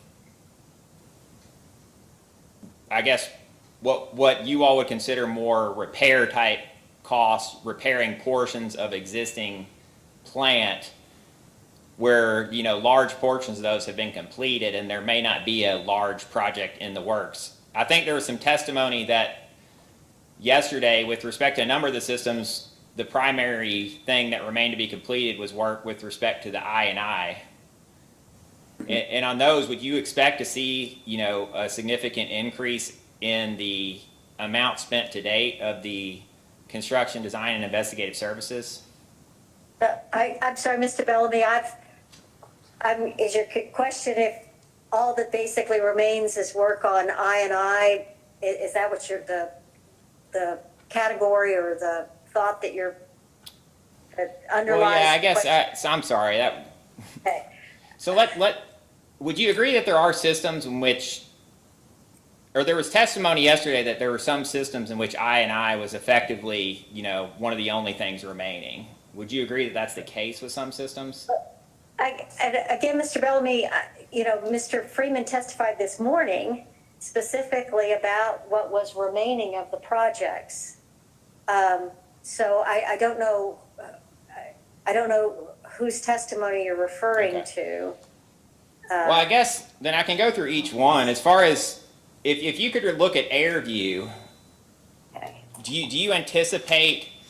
How much do you anticipate as far as construction, design, and investigative services? How much more money would you anticipate, expending on Airview? Yeah, I can't do that calculation off the top of my head, but I can answer your general question, which is in the situation that I&I was the only thing remaining, then there would not be a substantial amount of that construction design services left to be spent. That would be correct.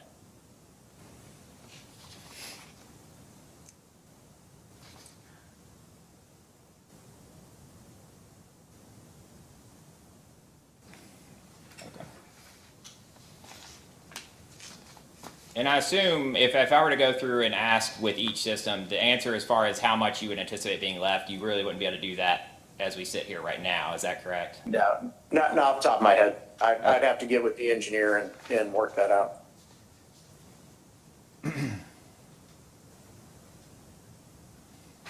There was a question yesterday regarding, I think one of the commenters made a statement regarding the cleaning at one of the systems and a cost of approximately $15,000 to clean a building out. Let me find the system itself.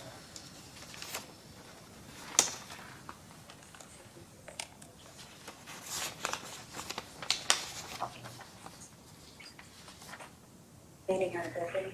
I think it's Kingswood. So clean up blower house and equipment, $15,000.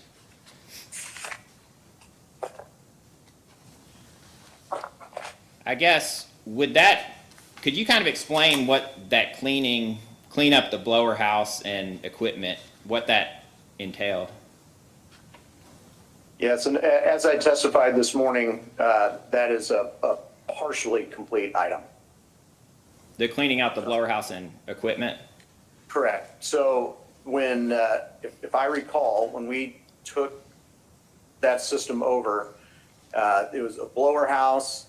It also had, I believe it had a restroom in it and storage, and it was basically a trash dump. It was full of garbage and debris, and there may have been some repairs on the inside of the building that need to be taken care of as well.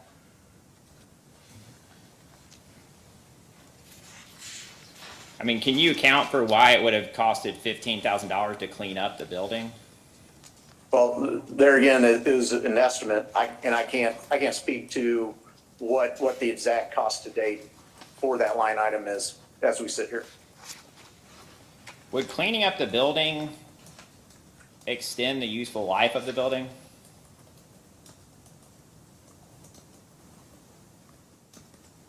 Clean out, possibly not, but repairs, cleaning of the equipment, absolutely would.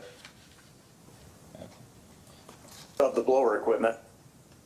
So it's clean up blower house and equipment. Do you know what was done as far as cleaning up the equipment, or what that means exactly? I don't off the top of my head sitting here. I'd have to review. Okay.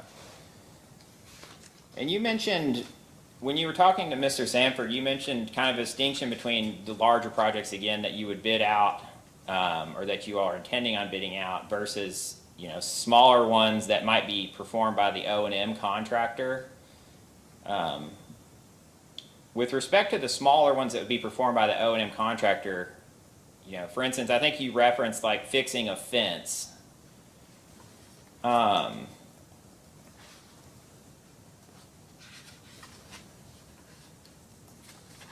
Was there any effort to kind of go through and determine, you know, of the smaller projects, which of these projects actually extends the useful life of the system versus, you know, fixing a fence just to make sure that nobody can get through where there's currently a hole in the fence? Yeah, I don't allocate those items necessarily. So what was put into you know, different areas of you know, or however that's done. However those are allocated and divided up, I'm not sure. Do they contact, I mean, who do the accounting staff, who would they contact in engineering to determine, I mean, is there anyone in engineering that meets with people from accounting to determine what items should be included as maintenance versus what items should be included as, you know, capitalized costs? Yeah, I mean, that occurs, but I can't say definitively for every single one, especially the smaller ones. They may contact the firm or the company that sent the invoice and find out exactly what the work was for and make a determination based on that. Okay. Do you have any idea of the process by which Bluegrass Water makes those determinations of what should be capitalized versus what shouldn't, when you're talking about maintenance and repairs? Yeah, no, as a standard operating procedure, I do not know that.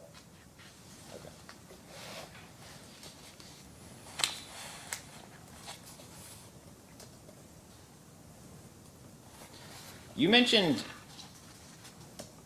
bids and an informal bid on a lift. Could you describe what you meant by an informal bid? Yeah, we didn't prepare like a typical bid package that you would send out. We just called a couple contractors and we got a price. They gave us a price, not necessarily signed. It was just like a verbal quote, if I recall correctly.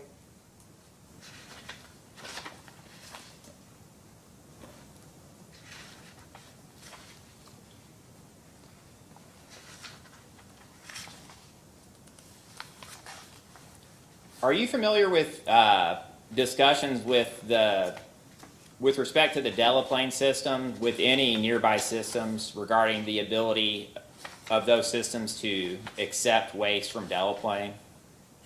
Yes, I am. Okay. What's the current status of any discussions, if you don't mind? So they're ongoing. I haven't personally had recent conversations with them, but through our engineering firm, the city of Georgetown has a manhole right off our property, but it is not large enough to convey all the wastewater.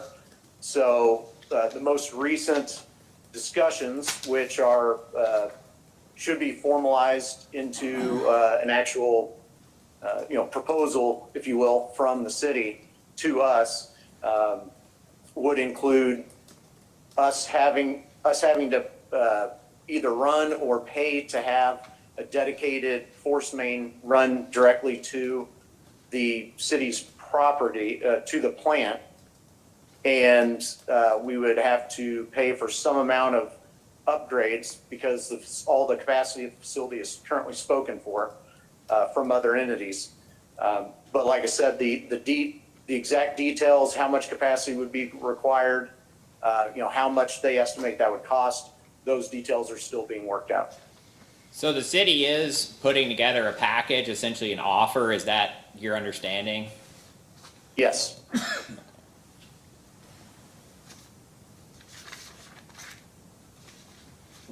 Do you have any idea what the timetable would be on the city making that offer?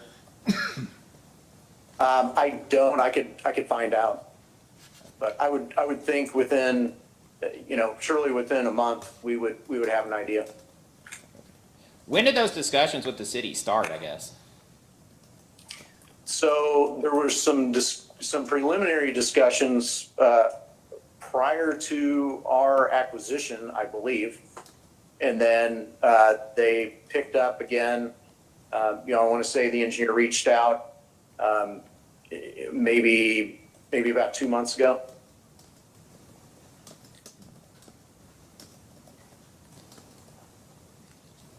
Okay. Do you all have an agreed order with Delaplane with the EEC? So it is currently in the works. Okay. The last time I spoke to the EC director, which was about a week and a half ago, he said it was in the Office of Legal Services, and he was hoping that in short order we would receive the executed copy. Okay. And does that agreed order, is that proposing the system upgrades that Bluegrass is proposing here, or is it proposing those, or in the alternative, connecting to Georgetown system?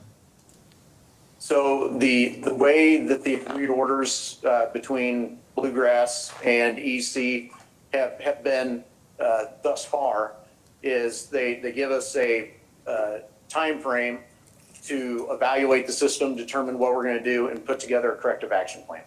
So no, the order itself would not specifically lay out any repairs or upgrades one way or the other. So I know a lot of the agreed orders reference various engineering reports and refer to the deficiencies identified in those reports. So that's referring to the deficiencies, and then you all propose the corrective action plan, which is then accepted or rejected by the EEC. Is that what you're saying? Right. When we initially negotiate, if you will, the agreed order, we present our preliminary engineering memo to staff and review it with them. And then, based on that, they decide whether, they believe an agreed order is necessary or appropriate, if you will. Okay, thank you. Same question with respect to the Brooklyn system. And I know this was sort of addressed with previous witnesses, but I just wanted to get your take on it since you're involved. What is your understanding of the status of negotiations with respect to connecting the Brooklyn system to the city of Richmond's? So it is a little further along, I would say. We've had more discussions with them at this time. Currently, the status is we would have to run they have collection system, like one neighborhood over, but it is also similar to Del Plain. It's not sufficient to handle the flow. They ask us to provide like a month's worth of flow data so that they could review it. They've done that review, and they've told us that there's a line, I want to say about a mile away, somewhere in that neighborhood, that we would have to run a force main to, and then also upgrade the lift station there. In addition to that, we would have to purchase a small piece of property to connect the property at Brockland to the city limits, and also get some easements between there. So we're still working out the details and cost of those other items, and also what the upgrades to the lift station would be from the city. So you're currently putting together an estimate of what those costs would be, but have not Right. completed that as of yet? Right. Yeah, once we have all those together, then we can review it. And that's actually also part of the getting approval on our construction permit from Division of Water. They wanted to see that analysis as well. Okay.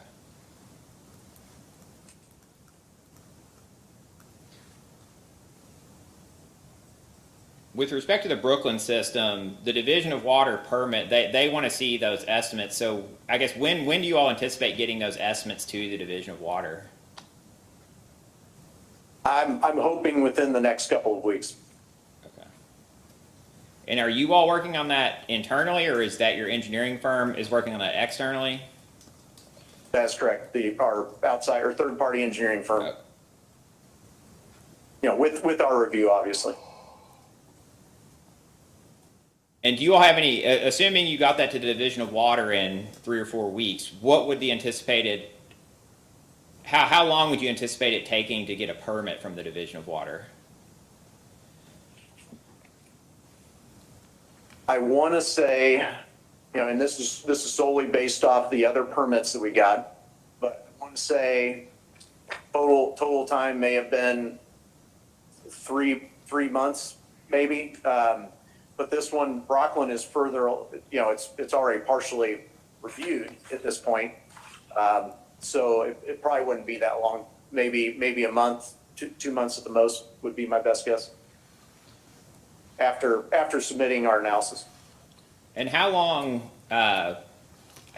would you estimate after you receive the permit from the Division of Water, how long would it take to actually implement and construct the system at Brooklyn or Brooklyn?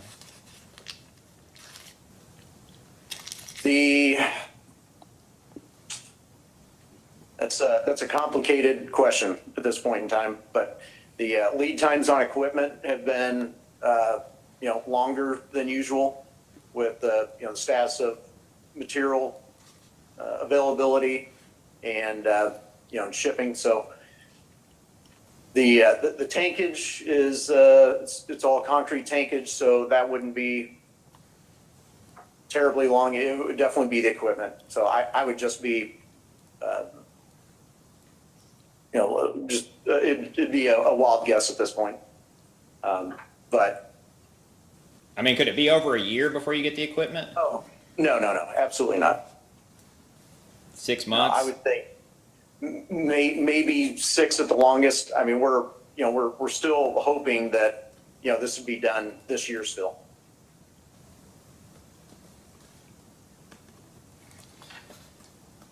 And then lastly, the Randview system.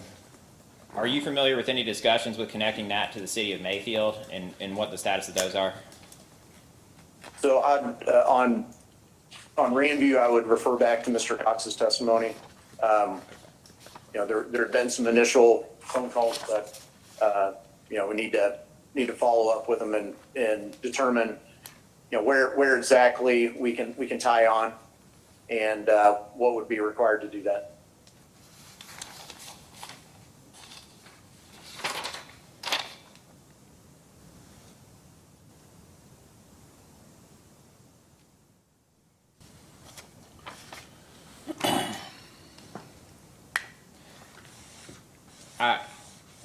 Just circling back to the Delaplane system, I apologize. You mentioned that part of the Delaplane connecting to Georgetown system, that it would involve constructing a force main to their, would it be to their line, or did you say to their wastewater treatment facility?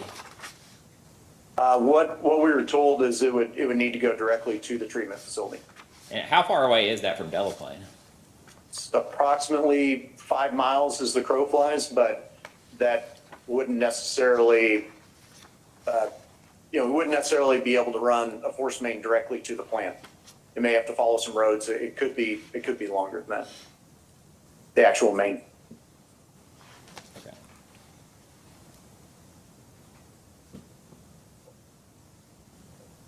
I didn't have any other questions. Thank you. Travis, you can take that Excel spreadsheet off the screen. Mr. Chairman? Yes. If I may, we, and I'm sure everyone else is also very anxious to get this hearing done today and as expeditiously as possible. And we wanted to say that we're certainly willing to work through lunch if we think that can get it done without having people, sort of pass out from not having eaten anything for a while. Well, I was going to discuss that with you. We have a meeting with a PHMSA auditor at 1 o'clock. So we were going to take lunch from 12:30 to 1:30. So we're going to have to take some time off anyway. So let's plan on, we're going to finish today one way or the other if we go to 6, 7, or 8 o'clock this evening. There is one thing though I guess before Vice Chairman has an opportunity to ask questions. I guess Mr. Sanford asked about some of the data requests that staff had propounded on April 29th, and which there were objections made, and then I guess the statement that Bluegrass is going to try to get this information and be prepared at the hearing, which obviously they are not and have not. I understand that the problems council has, and I'm not blaming council, but I'm going to tell Bluegrass this. We'll get an order is going to be entered today once we get the briefing schedule and the data requests, and this information is going to be provided before Mr. Sanford and the Attorney General have to file their briefs so they can consider it. And if you do not do that or cannot do that, then we're going to explore what alternatives are available to us to ensure that that nobody else decides to do that. Okay? All right, Mr. Chandler, cross-examination. I have no questions for this witness. I'm sorry, I didn't hear. Apologize. I have no questions. No, I don't. Make sure that No, I want to make sure that the record is very clear No, that I have no questions. That's unacceptable. We don't believe that. Come here. I'm sure that Mr. Sanford is wondering what he's done wrong all these I don't years. know. Dr. Matthews, do you have any questions? I don't have any questions either. Okay, Ms. Yonker, any redirect? I do have a few, Your Honor. I believe it was in response to Mr. West's question regarding the estimates that form the basis for the charts presented in your testimony of expected costs to be capitalized per each system. And you were very clear in testifying that these were prepared by the third-party engineer. Is that third-party engineer the 21 design group? On these group of systems, that's correct. And did those estimates come straight from 21 Design into your testimony? No, absolutely not. They prepare the estimates and then we review them, review the estimates with the firm in-house and, determine the final scope of work we think needs to be done. And after you reviewed what the estimates that were prepared for you, did you provide that information to anyone internally to then be part of the rate case? Yes, we provided those updated numbers, but didn't necessarily know that's exactly what they were being used for. Okay, and so by we, do you mean you and the engineering Yes, department? yeah, the engineering department. Okay, and do you know to whom you provided those numbers? Was this to Mike Duncan or to Brett Teese? Yes. Okay. Yeah. Both of them? Sorry. I should let don't. you. Yes, that may have been done at different times, so it would have been one of those two individuals. And so as changes are made to what's planned or to, if there are changes to the estimates, to your knowledge, your department provides that information to the rate case team. That is correct.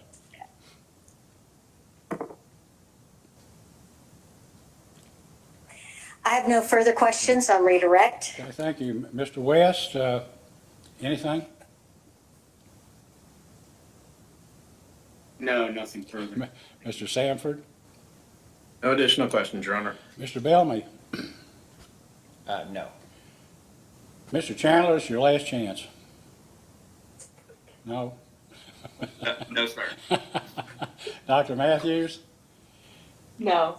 May Mr. Freeman be excused? Yes. Thank you, Mr. Freeman, for your testimony. You may step down and you're excused. Ms. Yonker, you have another witness? We do. Bluegrass Water calls Todd Thomas to the stand.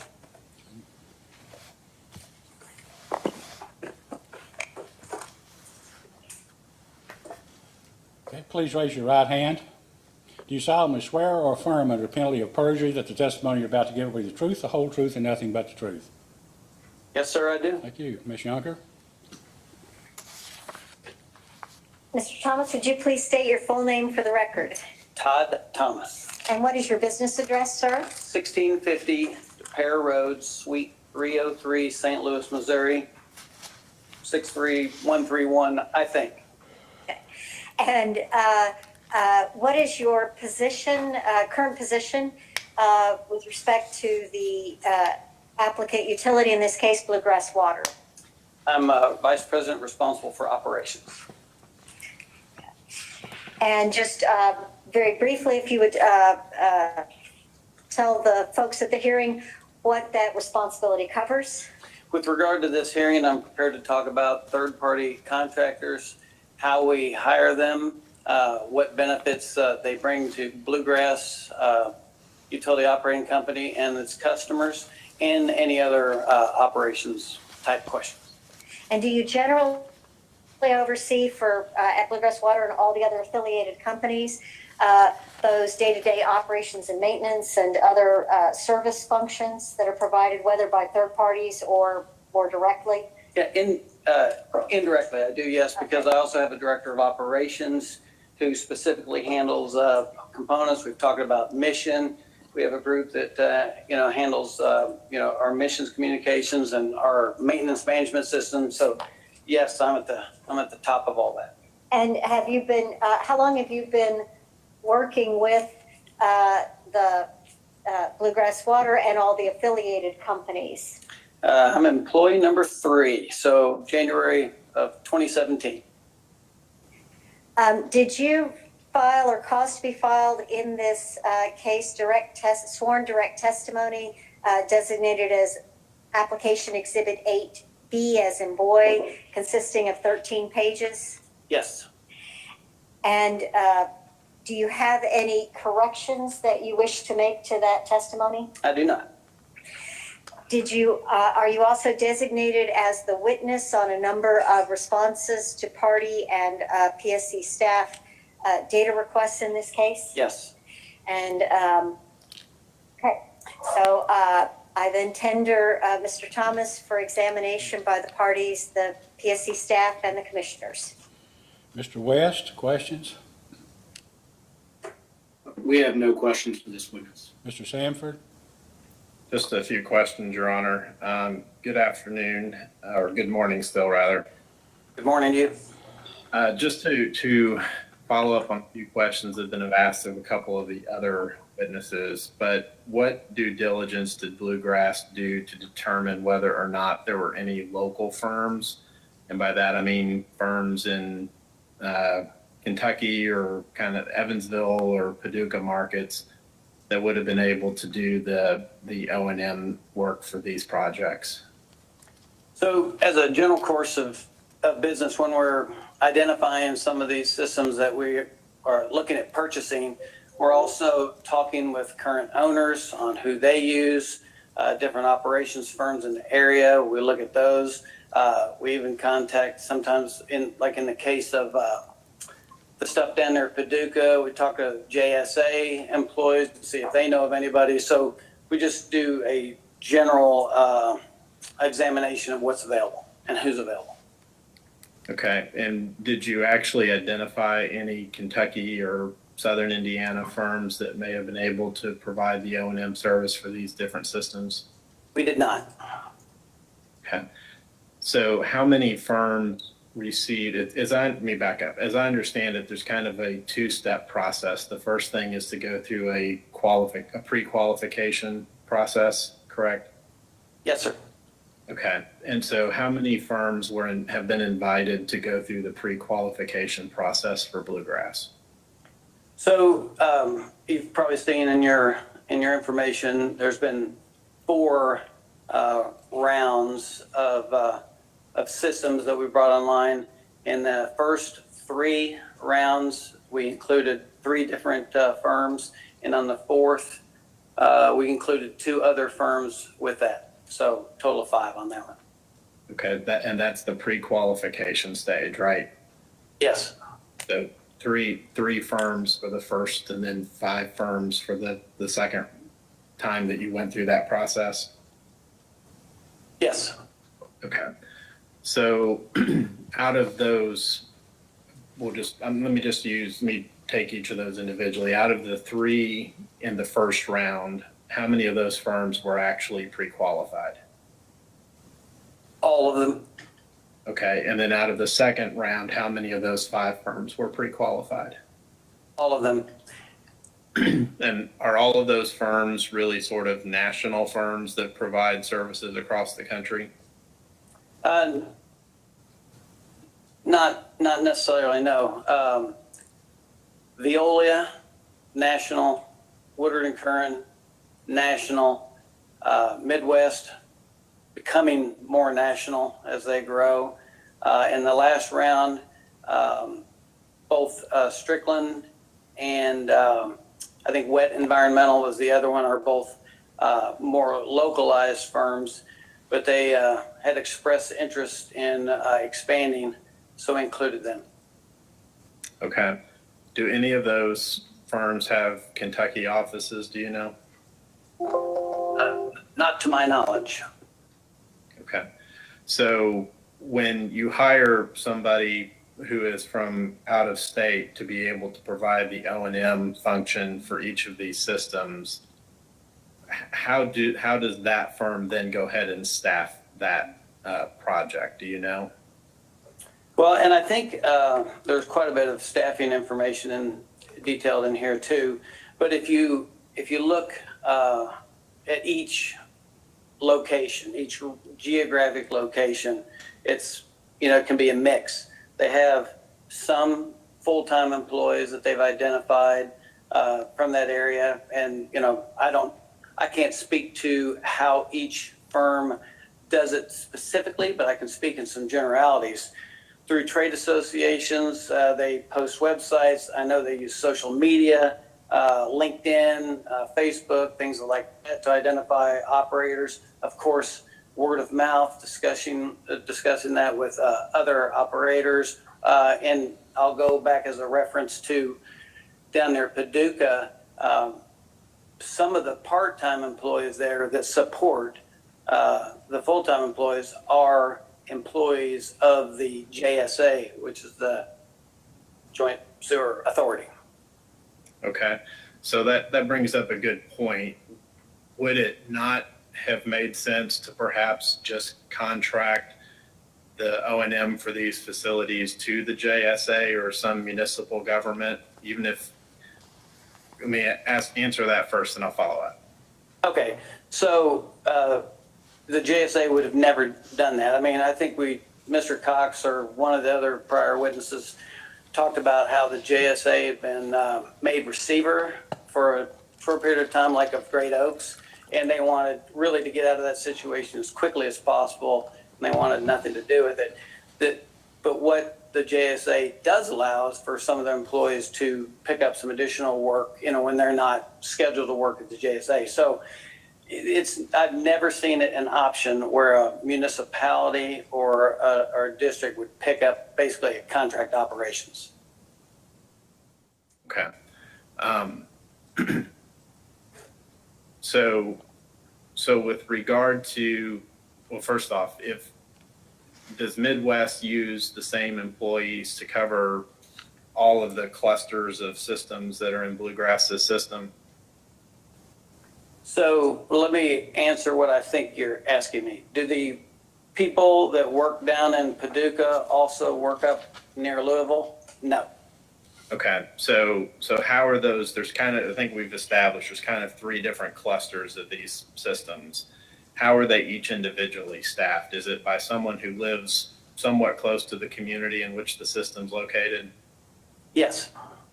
Okay, all right. Would you also be able to answer questions about how the capital projects contractors hired? To some degree, because I think it was referenced earlier that operations does play a role in some of that work. Okay. What's the process for picking out the engineering firm that's going to be doing the capital projects? That I'm not part of. Okay. I believe that's all the questions I have. Mr. Bellamy, questions? Yes, I did just have a few questions. I was wondering if you could take a look at, and Travis will pull it up, it's Bluegrass Water's response to staff's second request for information, item number 10.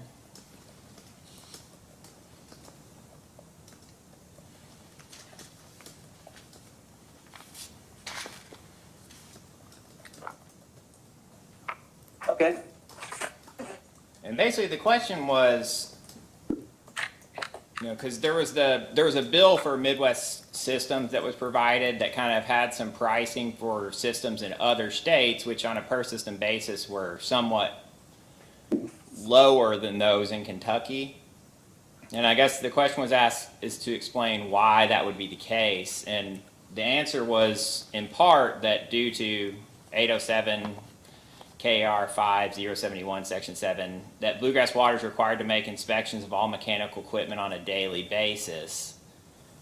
The daily inspection is not required for the various system reference, which results in higher expense per system. I mean, are you responsible for this response? I'm a contributor to that response, yes. Okay. It lists you as the only witness. That's why I'm. Yeah, I'm the one that can answer this Okay. question, yes. Okay. And there was some discussion yesterday with Mr. Cox regarding whether or not the Midwest system operators are actually required to go to the systems on a daily basis. Are they required to go to the systems on a daily basis? Yes, they are. And can I show a document? I guess this is what's the KAR that's referenced? If you look at KAR, if you actually go into the regs, at the end of section 5071, there's a very detailed inspection checklist, and it goes through what should be looked at daily, weekly, monthly, and it's for both water and wastewater systems, and there are numerous daily checks that are required. Okay. By that. And I understand what the reg says, but what I'm wondering is, pursuant to the contract with Midwest, are Midwest operators required to go to the system on a daily basis, go to each system? Yes, they are.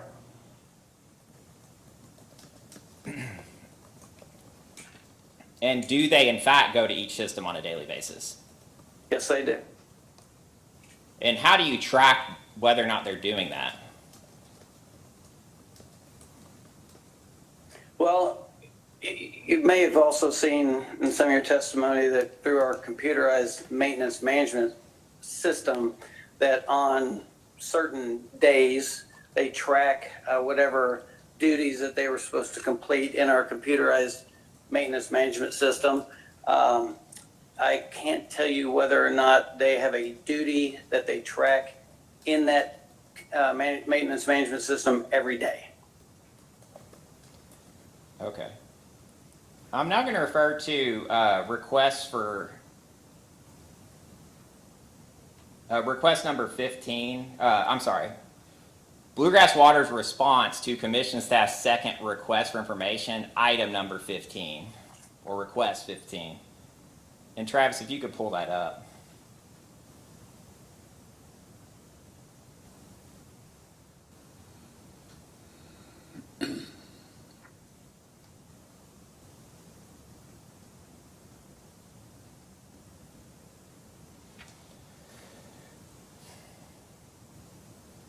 I have it in front of me. Okay. So This way. this basically asks for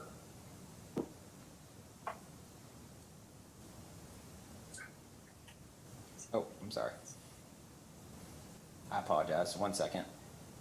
Part B there, it requests all requests for proposals or similar requests for a bid from Midwest system operators. And there's been a lot of testimony about, you pre-qualify contractors and then you send out bids, and the bids indicate what the operator is going to be bidding on. Is that correct? Yes. Okay. And I think a lot of the requests for bids are attached. So I'm going to scroll down. Okay. Yes. If you could scroll down, and I think we're having some technical difficulties on getting it attached. I'm going down to an attachment to that request, request 15. And it's attachment KY 2020-00290_BW_0438.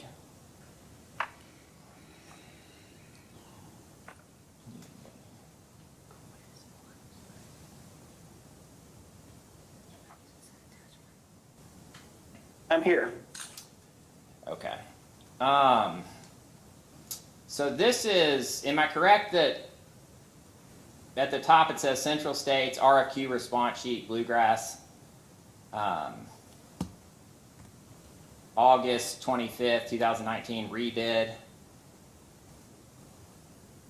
This is, would I be correct in saying that this is a response to a bid from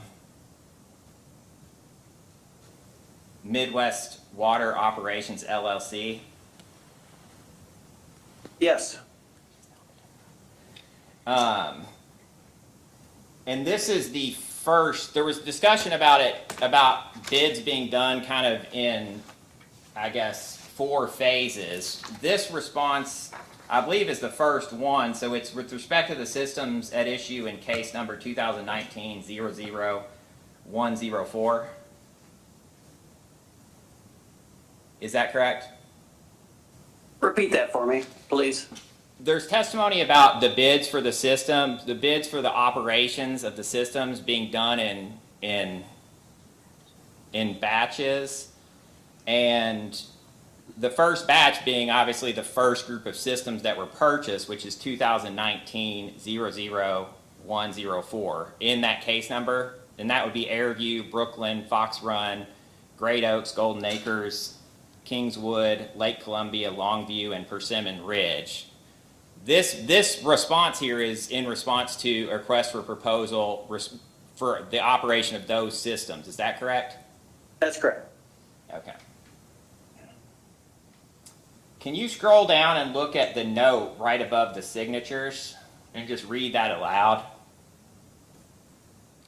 Note, this fee does not reflect cost for checking systems 7 days a week per our September 5th, 2019 meeting. If it is required in the future, then a base fee adjustment will be required.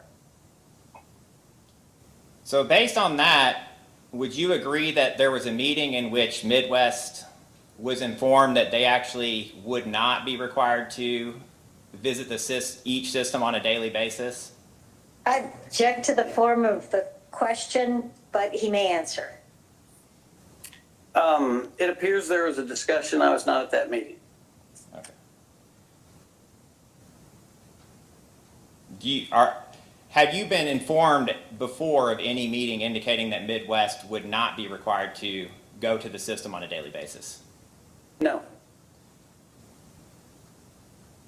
Do you have any idea whether other prospective bidders were informed that they could bid on the contract without being required to go on a daily basis to the system?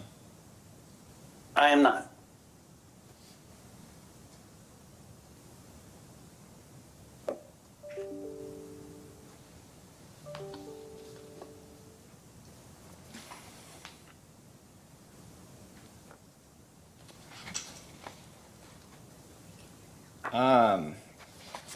And I'm sort of just changing gears here. I might be finished. I just need to double check my questions.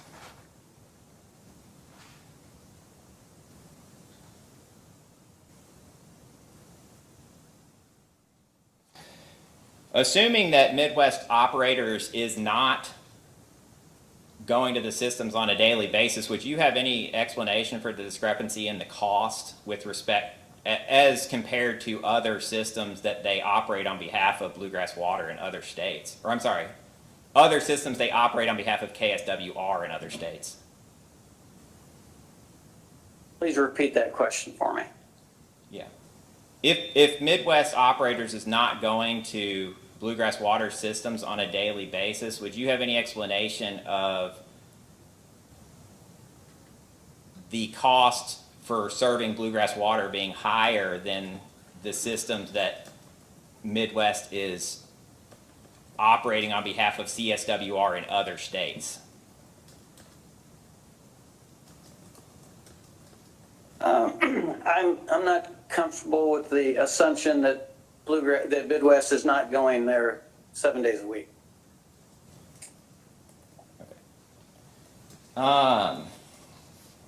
So, just going back to the staffing, and I may have missed it, so I do apologize if I'm re-asking a question. But do you know how many personnel does Bluegrass, or how many personnel does Midwest have at each system, or working for? Let me just start over. I apologize. I botched that question. How many personnel does Midwest have working for Bluegrass Water in the state of Kentucky? Do you know that? I do not know the exact number, no. Okay.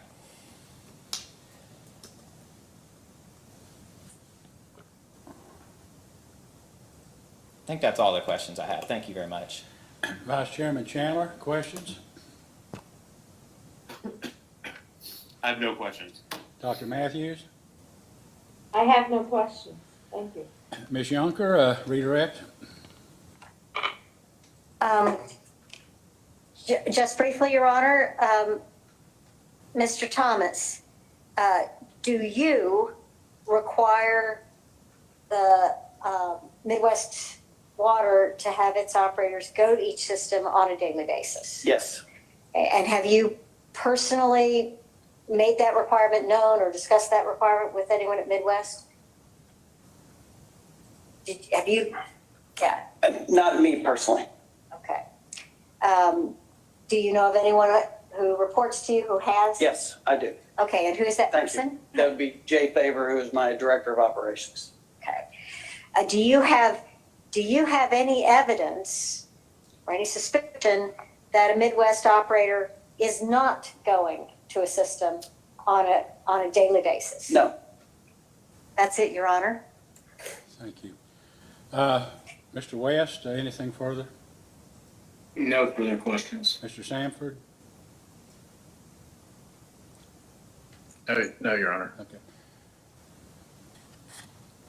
I don't know. Bellamy, anything? No.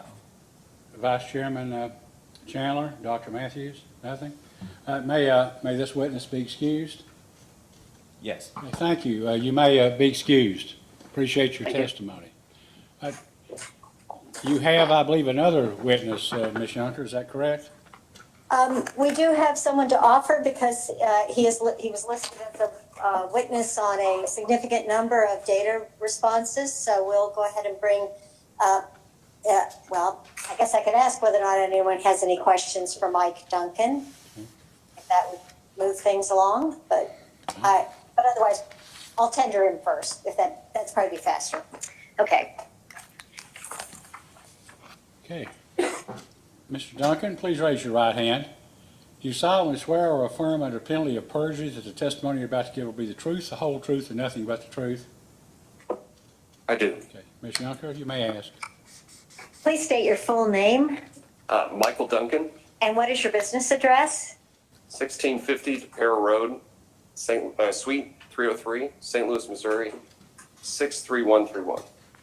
And what is your position with respect to the applicant utility, Bluegrass Water? I'm the Vice President over Engineering, Customer Experience, and Regulatory Affairs for CSWR LLC, the ultimate parent company of Bluegrass Water Utility Operating Company. And so you have those functions with respect to Bluegrass Water and all of its operating utility affiliates? That's correct.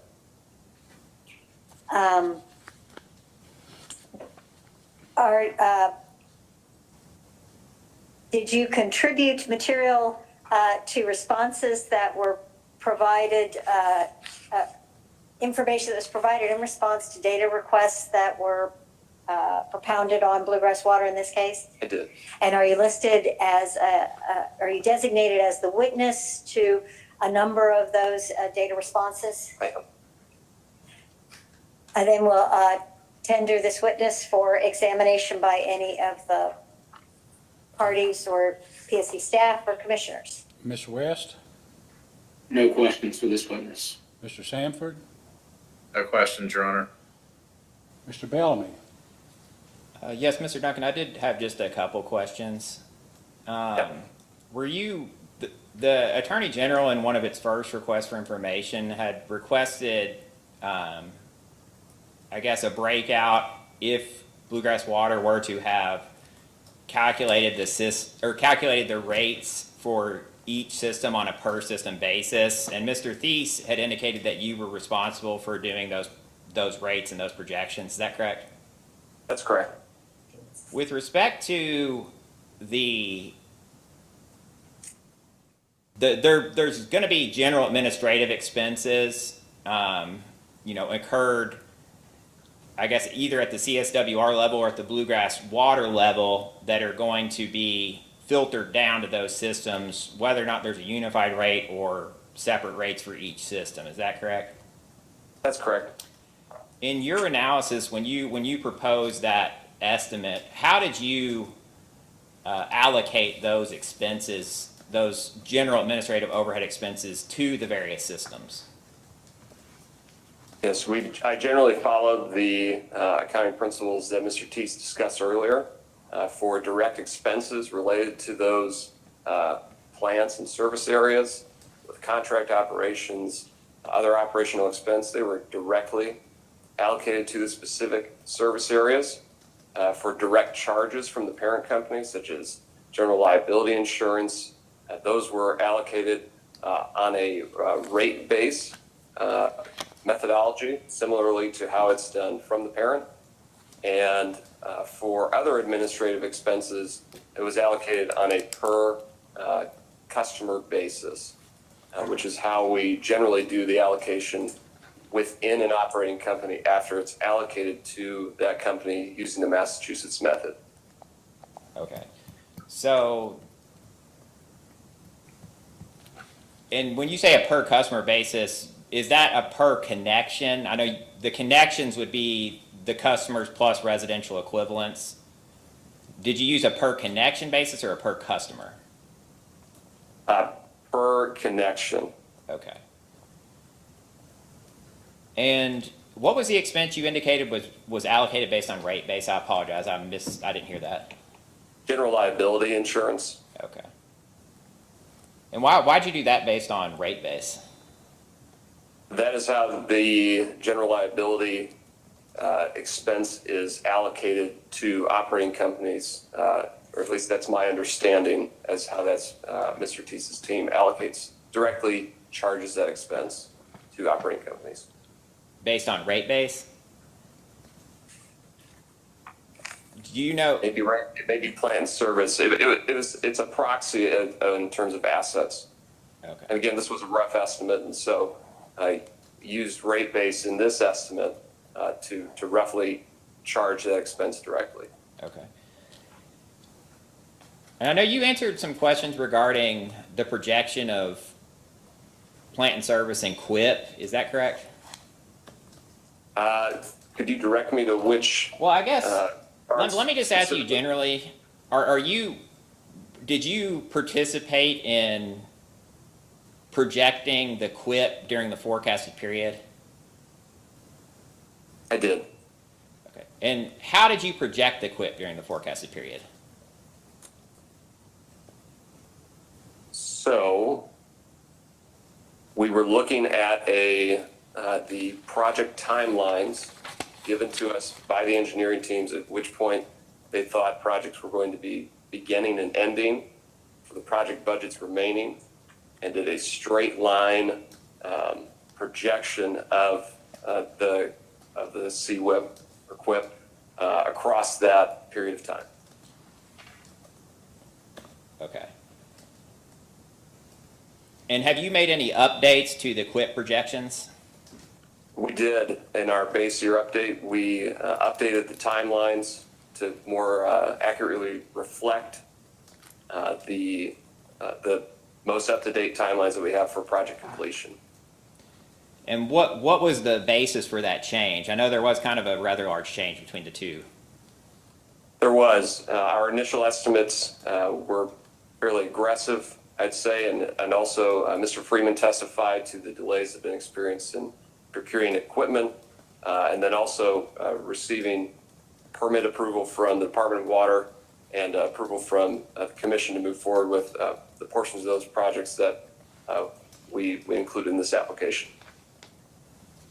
So the changes that you made were based on delays in projects? Is that what you're indicating? There was yes, delays. Well, the reason I ask is, from what I understand, in the original rate base spreadsheet, and I'm looking at sewer only, just to be clear, I'm sorry. Yeah. So in the original rate base spreadsheet for utility plant and service for sewer, it was 8.4 million. Well, let me be a little more specific because the change is really small. So in the original rate base spreadsheet for utility plant and service for sewer, the plant service was 8.438 million. And in the update, I believe it was 8.392 million.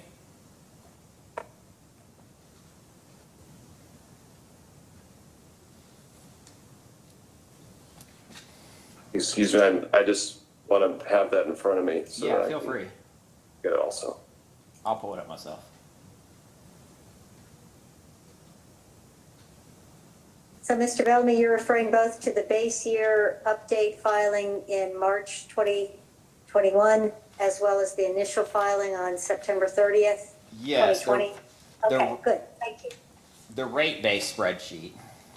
Right. And then the tab would be UPIS FYB2 Okay, on both. thank you.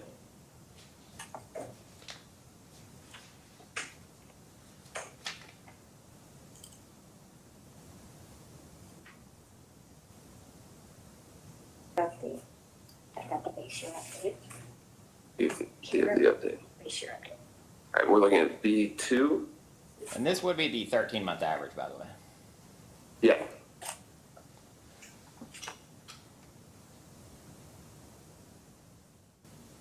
So I can tell you that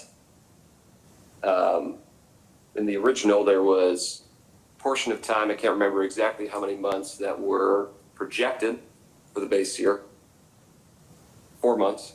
And then when we did the update, it was updated with 12 months of actuals. And so likely the difference is due to more plant being placed in the service than was originally projected. Despite the delays.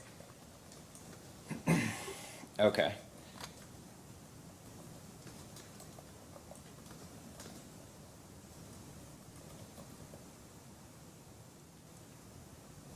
Are you familiar with, I know you all proposed quit here instead of using AFUDC, is that correct? That is correct. Why are you all proposing to use QUIP as opposed to AFUDC? We did not consider the AFUDC in constructing our model. Okay. If you're talking about delays to projects and things like that, it could be more, I guess there could be some difficulty in determining the timing of projects at a future period. Would you agree with that? Yes. And if you include, I guess, AFUDC as opposed to using the QUIP, would that alleviate some of the issue with the timing, because you would be booking the cost of the capital and putting it into rate base later, as opposed to including and attempting to project when you're going to have certain spending on capital projects?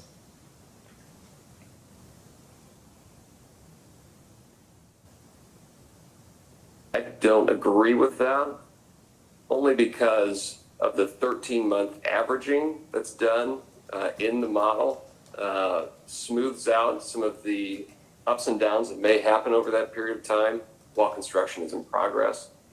And ultimately, the plant is placed into service, and the QUIP is eliminated and moved into the planned service during that 13-month average. Okay. Thank you. That's all the questions I have. Thank you very much. Vice Chairman Chandler, questions? No questions. Dr. Matthews? No questions. Ms. Yonker, any redirect? No, thank you, Mr. Chairman. Okay, thank you. All right, may this witness be excused? Okay, thank you, sir. You may step down and you're excused. Ms. Yonker, is that the case for Bluegrass? Yes, Your Honor. Those are all the witnesses we have to present to talk about all the responses and application, et cetera. Yeah, we better, yeah, well, I guess we better get to that.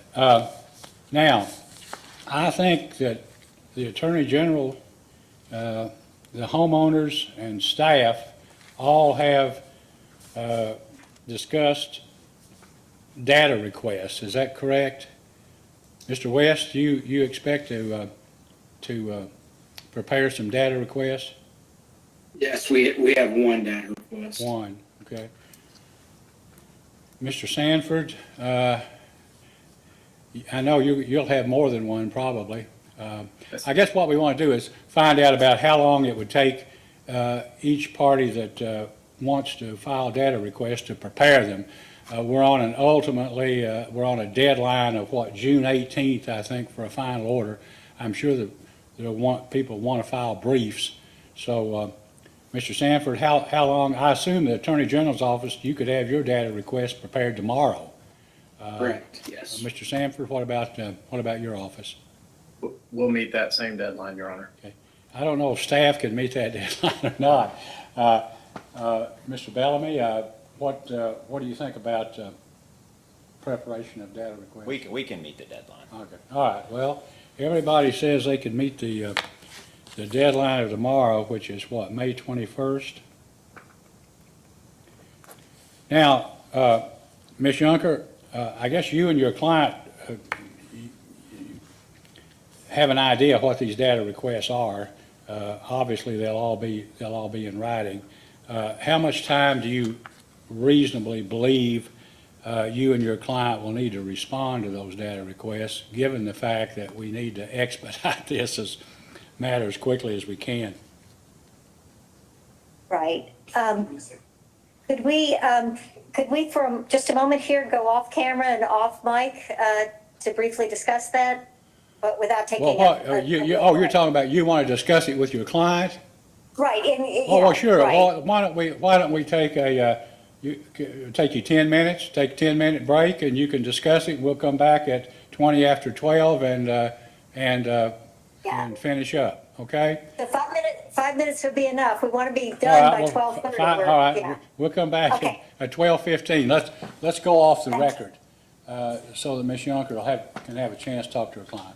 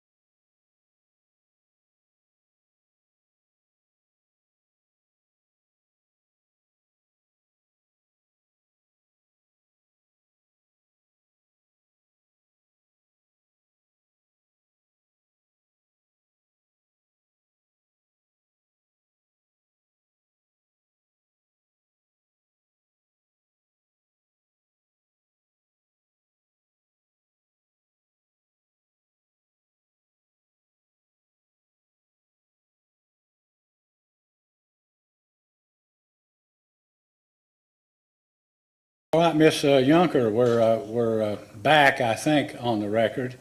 Have you had an opportunity to discuss with your client how long it might reasonably take to respond to the data request? We have, Your Honor, and in consideration that the commission wants to get its order out by the 18th and other parties want to file briefs and all that, we've actually probably gone to the edge of what we think we can do.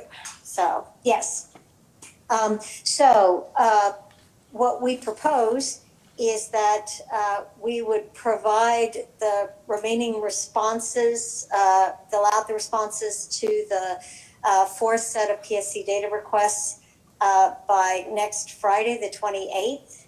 Okay. And that we then, we'd like to have until the 4th, the next Friday, to respond to the post-hearing data requests. We think that there is some overlap between the two, and that we could maybe, give a fuller response to some of the PSC questions to then go ahead and meet some of the post-hearing data requests at the same time. Let me talk to Mr. West and Mr. Sanford. Sure. Now, the problem is, and Ms. Yunker, you probably know this too. Right. We have a short staff, okay? And we've got until the 18th. The parties are going to want to file briefs. And I think that Mr. Sanford, Mr. West ought to have the opportunity, unless they say they don't need these, whatever the responses are to the data request by the time briefs are due. My initial thought on it would be, I don't like simultaneous briefs, but here we don't have a choice. I don't think. My thoughts were that we would have the parties file simultaneous briefs by June 3rd, and then reply briefs or responsive briefs by June the 9th. But the question is do you need these data requests before briefs are due? We need a week. That would give us 7 working days, I think, to try to put the final order together. I mean, I'm sure we're going to be working on outlines of it before then, but there's only so much time. So, Mr. West, what do you think? Does it matter to you? We'll do whatever the commission wants as far as obviously when you want us to file briefs, simultaneous briefs are fine with us. As far as whether we need the documents that we're requesting in the post-hearing data requests, I think it's more important to us that the commission have access to those and be able to consider them. So I can write a brief without getting access to them, I think. Mr. Sanford? Yeah, and unfortunately, Your Honor, I'll probably need to see their responses before I can complete a brief.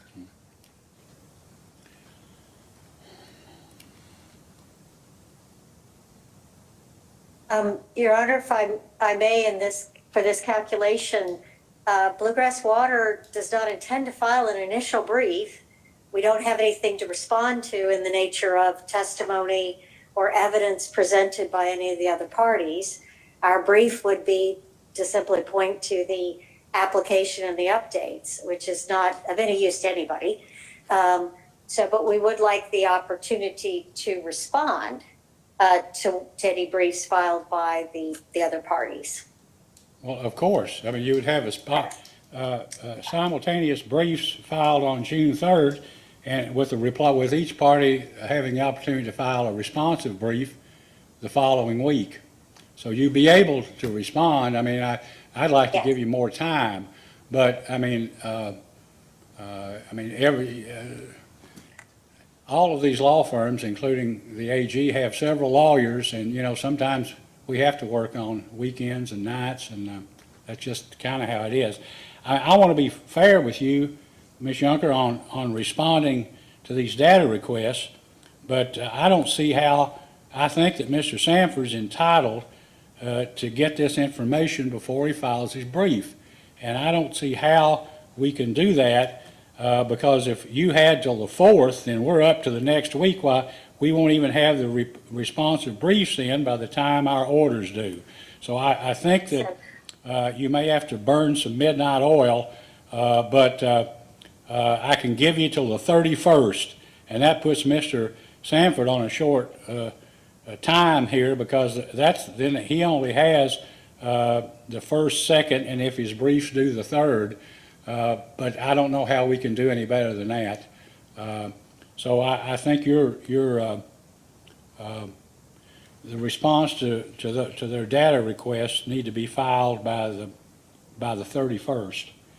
And then we'll have, I mean, if there's an issue, somebody can raise it and we can see what we can do Right. about it, but, Well, and so then would that be the, if you will, the combined deadline for both the remaining fourth set data requests and then the post-hearing? yeah, you can do, I think that's right. I mean, you can then file your responses to the fourth data requests at the same time, on the 31st, okay? Okay. Okay, All right, well, we'll have an order out to that effect sometime this afternoon. Is there anything else, Ms. Yunker, that we need to discuss or that you'd like to bring to the commission's attention? no, Your Honor, but we will try to make a post-hearing filing by tomorrow if we can get the document that Mr. Diaz-Endez showed, that is our hearing exhibit 1. We'll try to get those filed by tomorrow. Oh, that'd be fine. That'd be fine. You know, normally we have Can I a, confirm, I'm sorry? Did can I someone- confirm June 3rd for the brief and June 9th for the response or reply? That's correct. That's Okay. correct. All right. I will say this, you know, my preference would always be that in every hearing, we had our own court reporter. That isn't, unfortunately, that's apparently hadn't been the case in a long time. So what the parties usually get is a log, right? And there are ways that can be synced into the video, but the lady who does our log has been out with surgery, all right? So we have the video, but I can't promise you that there will be a log by the time you have to write this brief, all right? We just have what we have. So we'll do our best if she gets back, or we can have others to start to work on it, but I wanted to tell you that so that you'll know. All right? In any event, then Mr. Sanford, Mr. West, is there anything you'd like to bring up? No, sir, Any thank you. matter? No, thank you. Mr. Bellamy, any questions, any issues? No, thank you. Vice Chairman, Dr. Matthews, anything you'd like to say? No? Nothing. All right, then, at this time, this hearing is adjourned. Thank you all very much. Appreciate it. Thank you, Your Honor. Thank you. Bye-bye.